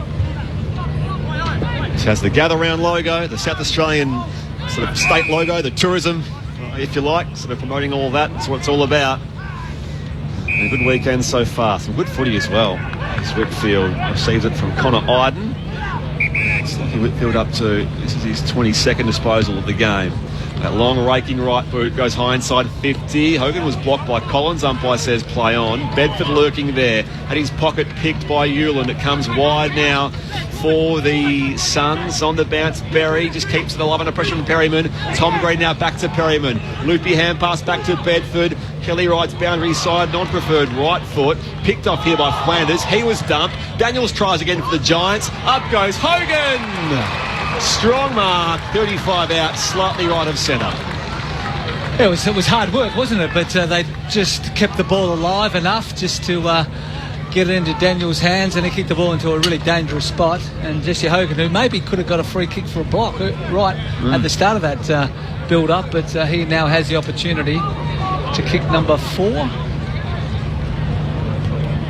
And a chance to, for his third, a chance to regain the lead in the Coleman here as well. Jesse Hogan on the approach, 35 out, started approach, which has become his trademark of late, and he sneaks it through. Beautiful finish. I want to know how you get that routine though. 3 goals for Jesse Hogan. The Giants push their lead back out to 15 points. They're 14-5-89. The Suns 11-8-74. Shades of Josh Kennedy there as well. Well, I was going to say that. Maybe he's got Josh Kennedy as his kicking coach. You do a lot worse. He actually kicked beautifully, didn't he? He was a beautiful set shot. He kicked really nicely for goal, but he had a horrible run-up. So it just goes to show you don't have to have a great run-up. So let me clarify. The biggest margin was 17 the first quarter. Yeah, so that's still been a pretty tight game right across the journey. 8 lead changes in the meantime, but the Gold Coast, or the Giants have kicked back-to-back goals either side of three-quarter time. Steve Cornelio is really, I think since quarter time, he's just really got himself into the game, just getting really important possessions and delivering the ball deep inside 50. So Suns need an answer. And everything's happening for the Giants because Cornelio was flat on his back side when he handballed that ball out, and they go forward. Contest there, off the ground, picked up by Daniels, slid the ball through and missed everything out on the full. So Powell will take the free kick in the right back pocket for the Suns. They need to get their forward plan going from now as they trail by 15 points. The outer side, Witts put it down here for Rowell. Controls a left foot kick here to find Roses on the outer wing. They're just streaming forward in those red and gold jumpers. The Suns need a couple of goals here to regain the lead. Roses has it just forward of half back. Called to play on now. Sends it towards centre half forward. Almost there for Berry. Under pressure from Perryman. Perryman gets it back here in concert with Tom Green. Works it wide again here. Roses in the contest with Daniels. Roses was taken high. Umpire says play on. Flanders extracts the football, gets it back to Witts, and from the outer logo, Lukosius goes inside 50. King goes up, competes with Taylor. On ground level here, it's a hand pass from Whitfield. Trying to make something of this, the Giants. Picked off here, it comes to Humphrey. Hand pass here for the Suns. It's with Ethan Reid, who can snap from the top of the square, and he kicks his first goal in AFL footy in timely fashion for the Gold Coast Suns to cut the margin back to just 8 points. Thanks, Jonesy, for the bugle. The Gold Coast Suns deserve that, and the goal from Ethan Reid. They had a couple of looks at it then. That kick from Rosas initially to centre half forward's a really dangerous ball if it turns over. Yeah. But then their ability to defend it when the Giants did win it, and then to get it that deep. Lukosius, I think it was, with a forward 50 entry, and well done to the young lad. First goal in AFL footy. And that's just what the game needed. We won a close one here, and you thought if the Giants were able to kick the next one, it might be a little bit of a bridge too far. But as Gold Coast have done all day, they've just kept their nose to the grindstone and kept working hard, and the results have come. So, I think we're in for an exciting finish. So 9 the margin as we cross over 6 minutes in this final quarter.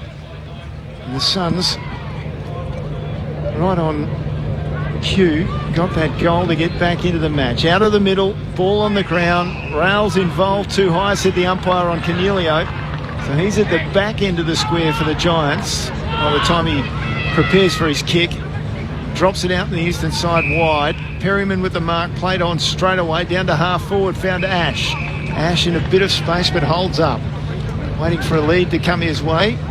Thought about going back inside to Perryman. Now he's shows the ball, runs around the man on the mark in Humphrey, and then goes long with his kick. 20 from goal, falls over the back, not through for the minor score. Hogan signalling to the umpire, but Fiorini was well within his 9 metres and well within his rights to knock it through for a rush behind.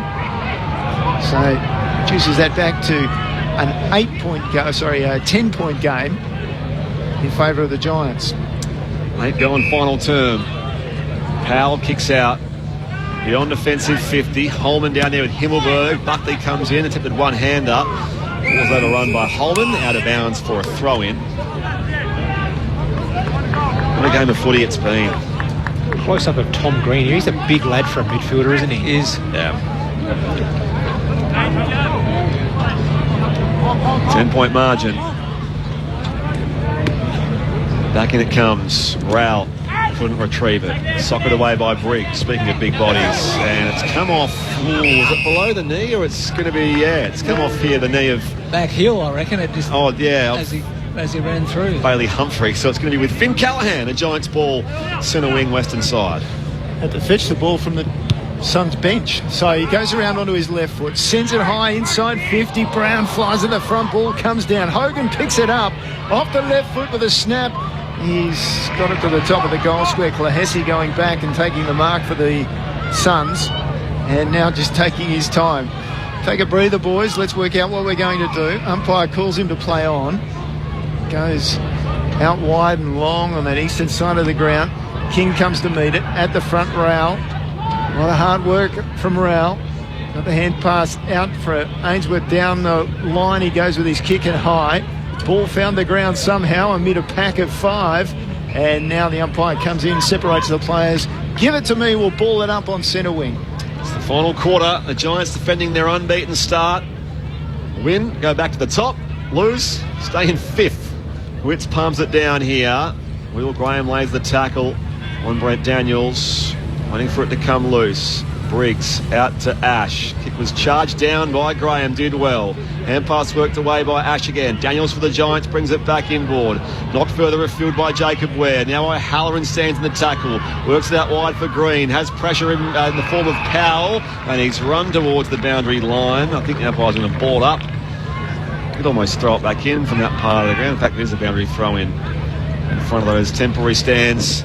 Attacking side of halfway for the Giants, who lead by 8 points here. It's 14-6 plays 12-8. 10 gone final term. Swallows on. The ball comes back into play. Daniels from the ground. Beautiful hand pass up to Cornelio. Just chips it into the path of Hogan. Tried to take it on his chest and lost it. Peatling came in, got the hand pass away. But the Suns are able to clear it. Klahesi gave a hand pass away to his teammate there in Flanders, and then wide for the big ruckman Witts, who drops it down the line. The mark taken there by Swallow, who has just come onto the ground, as was mentioned there by Stephen Williams. Who's been subbed, Tomo? It's Humphreys out for the Gold Coast boys for Swallow. Okay, strong mark taken here, intercept mark by Buckley at left half back. So we assume tactical. I didn't see any real concerns for Bailey Humphrey, as it was for Harvey Thomas, who was subbed out 3/4 time for the Giants. So both subs are out there, Peatling and Swallow. Hogan reaches from the back here, couldn't pull it down. Hand pass releases Riccardi, comes inside forward 50 here in the contest. Riccardi gets in position here. Halloran can snap on the run from 30 and give the Giants a little bit more breathing space. Well, Halloran with the goal, his first goal of the year, and the margin extends back out to 16 points. Away of Adam Kingsley's men. 15-6-96 the Giants. The Suns are 12-8-80 here on ABC Sport. You're with Stephen Williams and Scott Thompson. Jesse Hogan again was really good, wasn't he? Just in that marking contest, brought the ball to the front, then was the first one onto it. Was able to give the handball to Finn Callahan. His kick was well picked up by Riccardi, and then O'Halloran finished that ball off nicely. So yeah, it's going to make it tough for the Gold Coast now, but as we've seen all day, they've kept coming, so let's hope they can keep it up. He's compete really strong in the air, Jesse Hogan, but the one you mentioned before was Canelio. He's up to 5 for the quarter with a few clearances. He's now up to 25 and 2 goals for the game.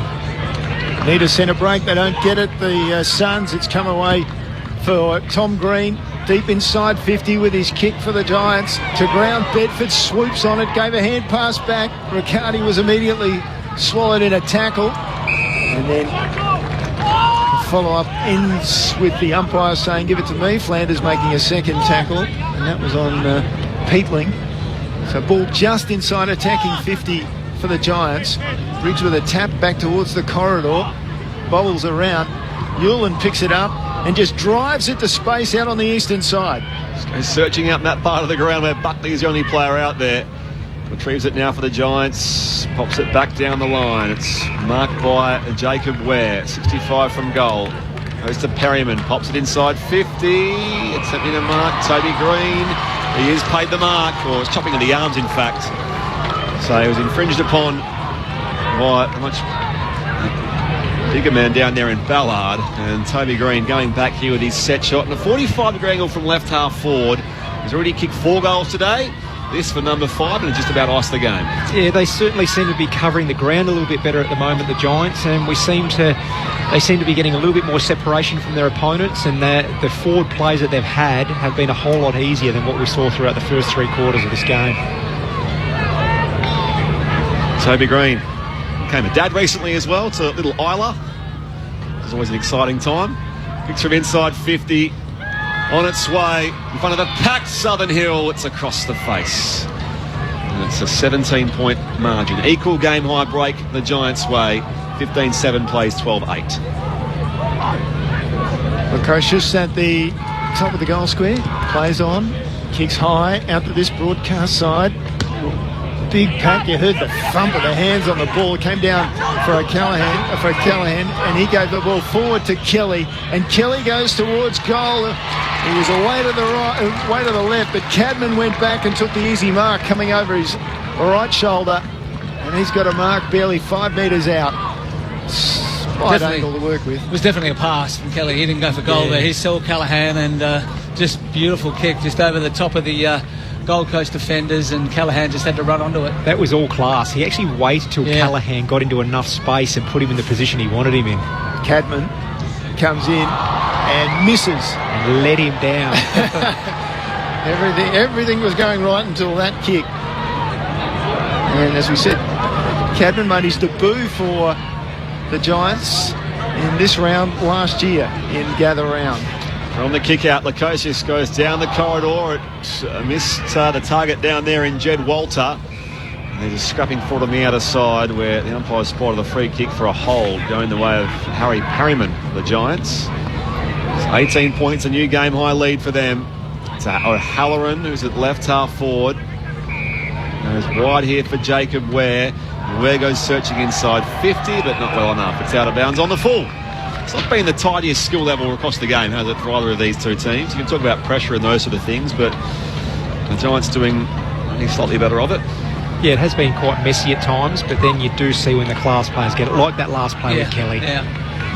Considering it's just perfect, isn't it? The wind's not really a factor. It's great conditions for footy. Lukosius high back to centre wing. Ball was picked up by Taylor. He went back for the Giants to half-back where Iden has the mark. Looks across the ground. Hard running by Perryman. Finds some space. Off right half back with one bounce. Then he keeps a low pass down to Bedford, who had to go down and get it. And he did it well. Right on the logo now on centre wing. Pointing where he wants to go. And eventually down the line to the 50. Looking for Brown, who fought hard. And eventually the ball over the boundary line. Hewland. Good size, Hewland, as a defender. And of course, we've already talked about Callum Brown and his particular traits. So the ball to come in just outside the attacking 50 for the Giants. They hold that 3-goal margin at the moment. Witts with a little tap down. It's tap loose to Berry. Got the hand pass off. Fiorini down the line. Oh, ball was dropped. Swallow. He follows up. Gave it to Roses. He goes into space. Inside the forward 50. Oh, Buckley ran around his man too easily. Got the hand pass away for Whitfield. And the Giants with a mistake. Picked up by Anderson. Fires on goal from 40. And it's not quite there for the Gold Coast Suns. With time and opportunities running out for Damien Hardwick's men. That was definitely nearly one against the flow there. Inside 50s for the quarter, a 14-4. Contested possession 31-11, all favouring the Giants. Yeah, as you mentioned a bit before, Tom, they just look to be running on the ground a little bit better, don't they? They look a little bit fitter. They've been able to rotate a few more through the midfield and just look a little bit classier around the ball. Perryman's kick's gone wide, so it's going to be back here with the Gold Coast Suns at left half forward and Braden Fiorini. So Fiorini inside 50. And he picks off his man. And Anderson just reached up and he was under a little bit of pressure from Peatling, but he took it. And so he's about, man on the mark's about 40 metres out from goal. Anderson kicking with the aid of what's become a nice little breeze. And we've seen Noah Anderson kick some pretty clutch goals over his short career. So he missed the last one, which he would have been pretty dirty on because that was a fairly simple shot. So he'll be hoping he can steer this one through and still keep the Suns in the match with 7 minutes to go. Suns trailing by 17 points. Anderson over the ball. Kicks it strongly, kicks it straight. And as Stephen Williams said, badly needed goal. Just keeps them in the hunt. The Giants 15-8-98. And the Suns move along to 13-9-87. 11 points in it.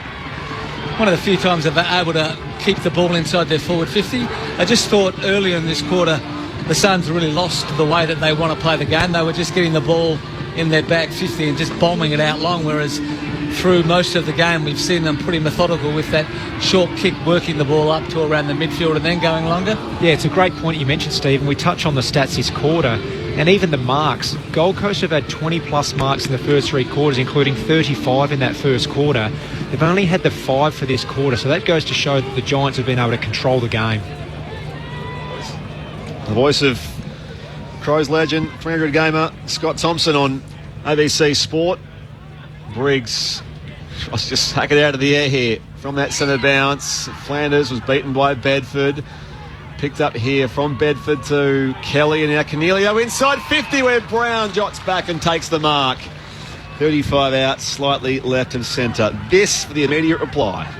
Beautiful kick again, wasn't it, by Canelio? Just lovely weighted. He saw where Brown would want it and just floated it over his opponent's head and made it a simple chest mark. Just those ability to win the ball quickly out of the middle, go inside your forward 50, there's space.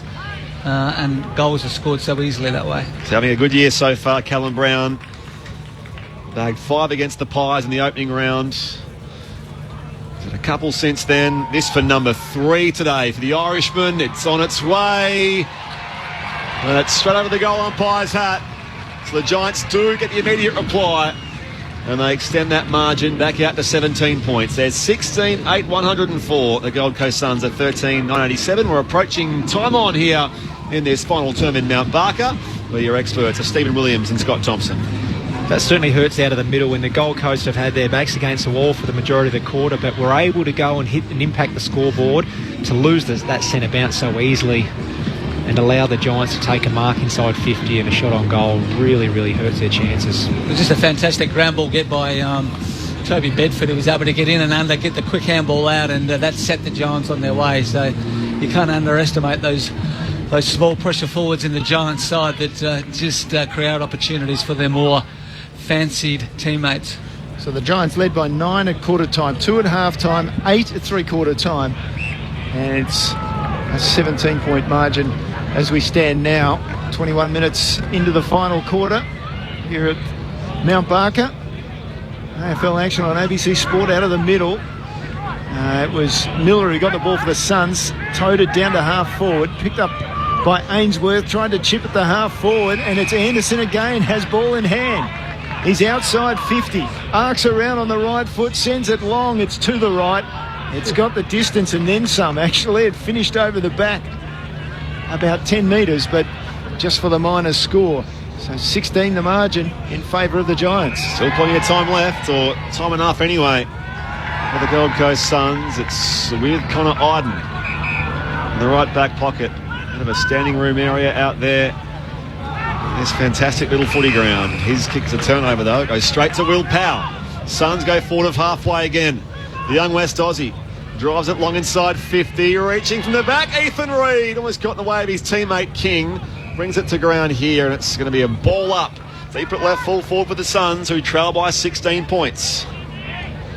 Oh, they're still working hard, haven't they? They haven't given up, the Suns. They're still pushing. They're still looking for that next goal to get them back in the contest. Which just smashes it forward in the end. Hand pass from the Giants just ended up over the boundary line. In the end, O'Halloran was the man. He was under pressure, and umpire said, throw it in. It's still inside attacking 50 for the Suns, going towards that northern end of the ground with the advantage of the little breeze. So Witts with the tap down is taken away by the Giants though, and sent out into the path of Brown out on the eastern side. Long kick there came from Callaghan. And under pressure, Brown. Flanders goes with him. He finds the salvation of the boundary line. We'll throw it back in.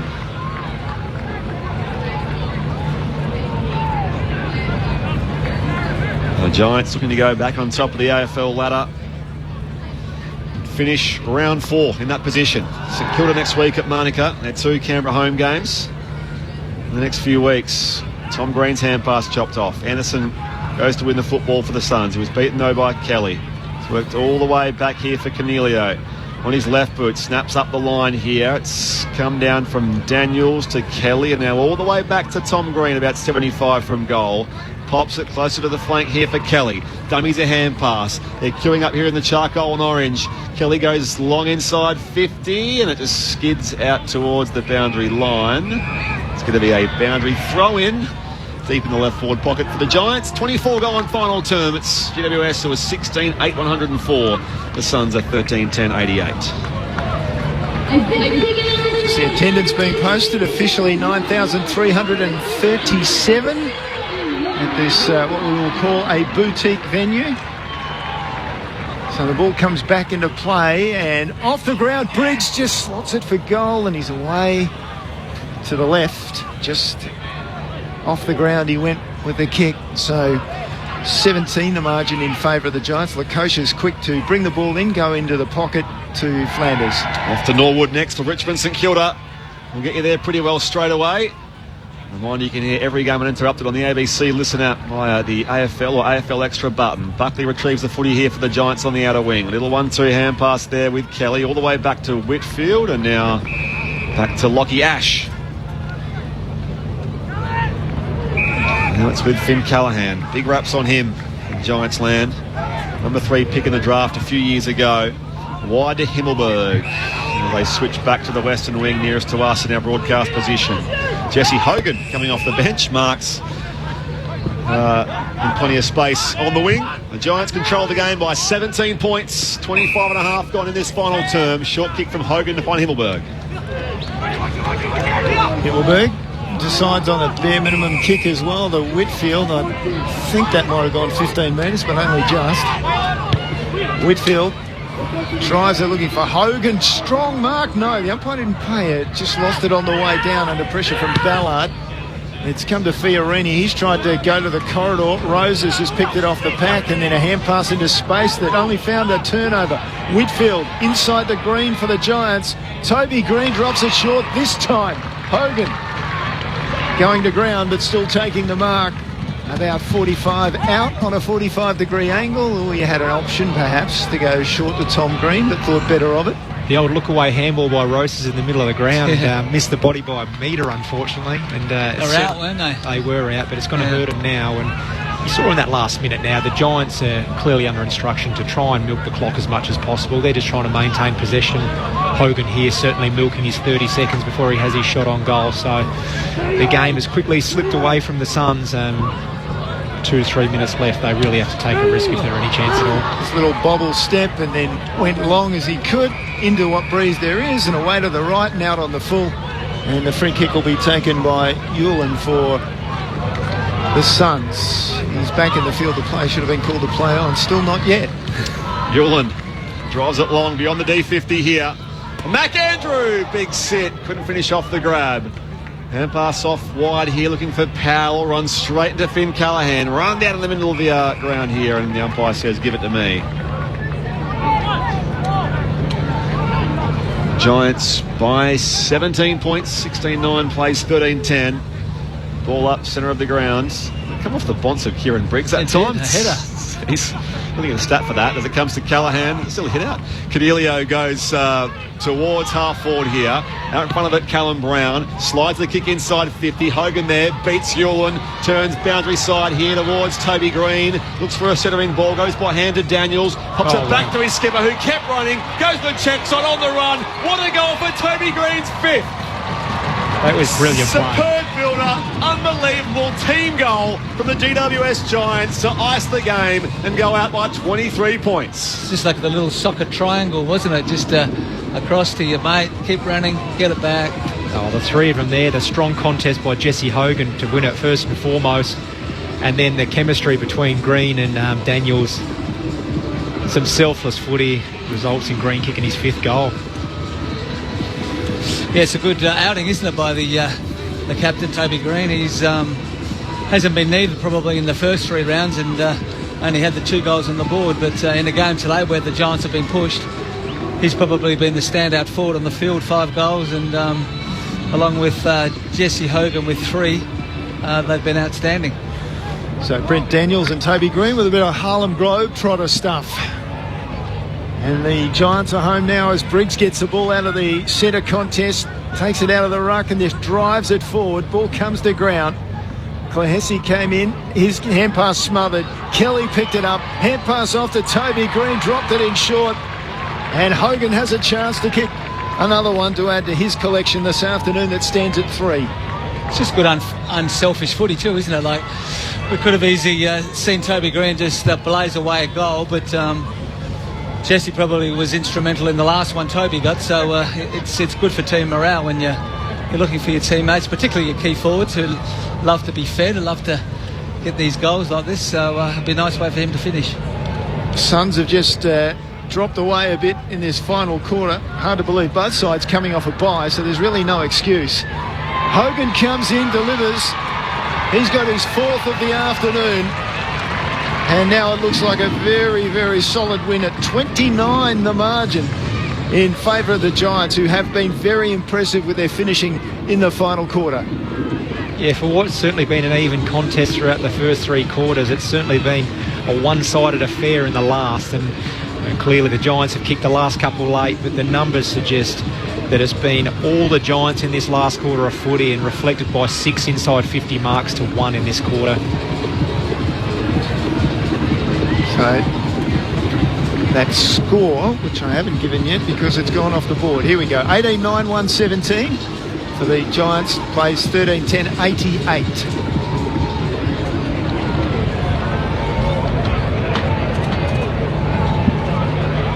$29 points the margin. Leads the Coleman again outright by a couple of goals on Bailey Fritsch to Jesse Hogan. Kick inside forward 50. It's marked by Hewlin. He'll get across here. Switching all the way back towards right half back. Clohessy on the outer side. And going to pick it up down there, Swallow. playing his 22nd AFL venue. Luke Miller towards half forward here for the Suns. Almost overrun by Flanders. Trapped here by Iden. He was beaten though late by Swallow. Off to Ainsworth, who fires on goal from 45. It's off hands and over for a throw-in right alongside that left behind post here at the Suns' attacking end. So 29 points is that margin. Just shy of 9,500 here this afternoon, as the seconds tick down towards our final siren here at Mount Barker. Heading off to Norwood next for Richmond v St Kilda. Back in it comes. Witts out of the ruck. Rao looks for a way through. Hand pass off here to Fiorini, and his kick is missing near side for a minor score with only precious seconds left in this match. A bit more bright sunshine overhead. A few scattered clouds. It's been a good day for footy. Ash plays on from the kick out. Goes back to the broadcast wing. Strong mark from Callum Brown. And you're not safe in the hills from the orange tsunami. Adam Kingsley's Giants go back on top of the AFL ladder, winning here by 29 points. It's the sound of the mighty Giants. Feel the ground is shaking. The other teams are quaking in their boots before the Giants. We take the longest strides and the highest leap. We're stronger than the rest. We're the greater Western Sydney Giants. We're the biggest and the best. And we will never surrender. We'll fight until the end. We're greater than the rest. 28 points in the end. They continue their best ever start to a season. 4-0 and back on top the Giants. Thanks to 5 goals for skipper Toby Green, 4 for Jesse Hogan. There was 3 for Callum Brown, 2 for Steve Cornelio, Jake Riccardi, and 1 to Aaron Cadman. While for the Gold Coast Suns, it was 3 for Ben King, 2 for Malcolm Rosa, singles for Holman, Fiorini, Anderson, Walter, Reid on debut, and Clahessy as well. Well, there's a big, big sound from the west of the town. It's the sound of the mighty Giants. Feel the ground is shaking. The other teams are quaking in their boots before the Giants. Take the longest strides and the highest leap. We're stronger than the rest. We're the greater Western Sydney Giants. We're the biggest and the best. And we will never surrender. We'll fight until the end. We're greater than the rest.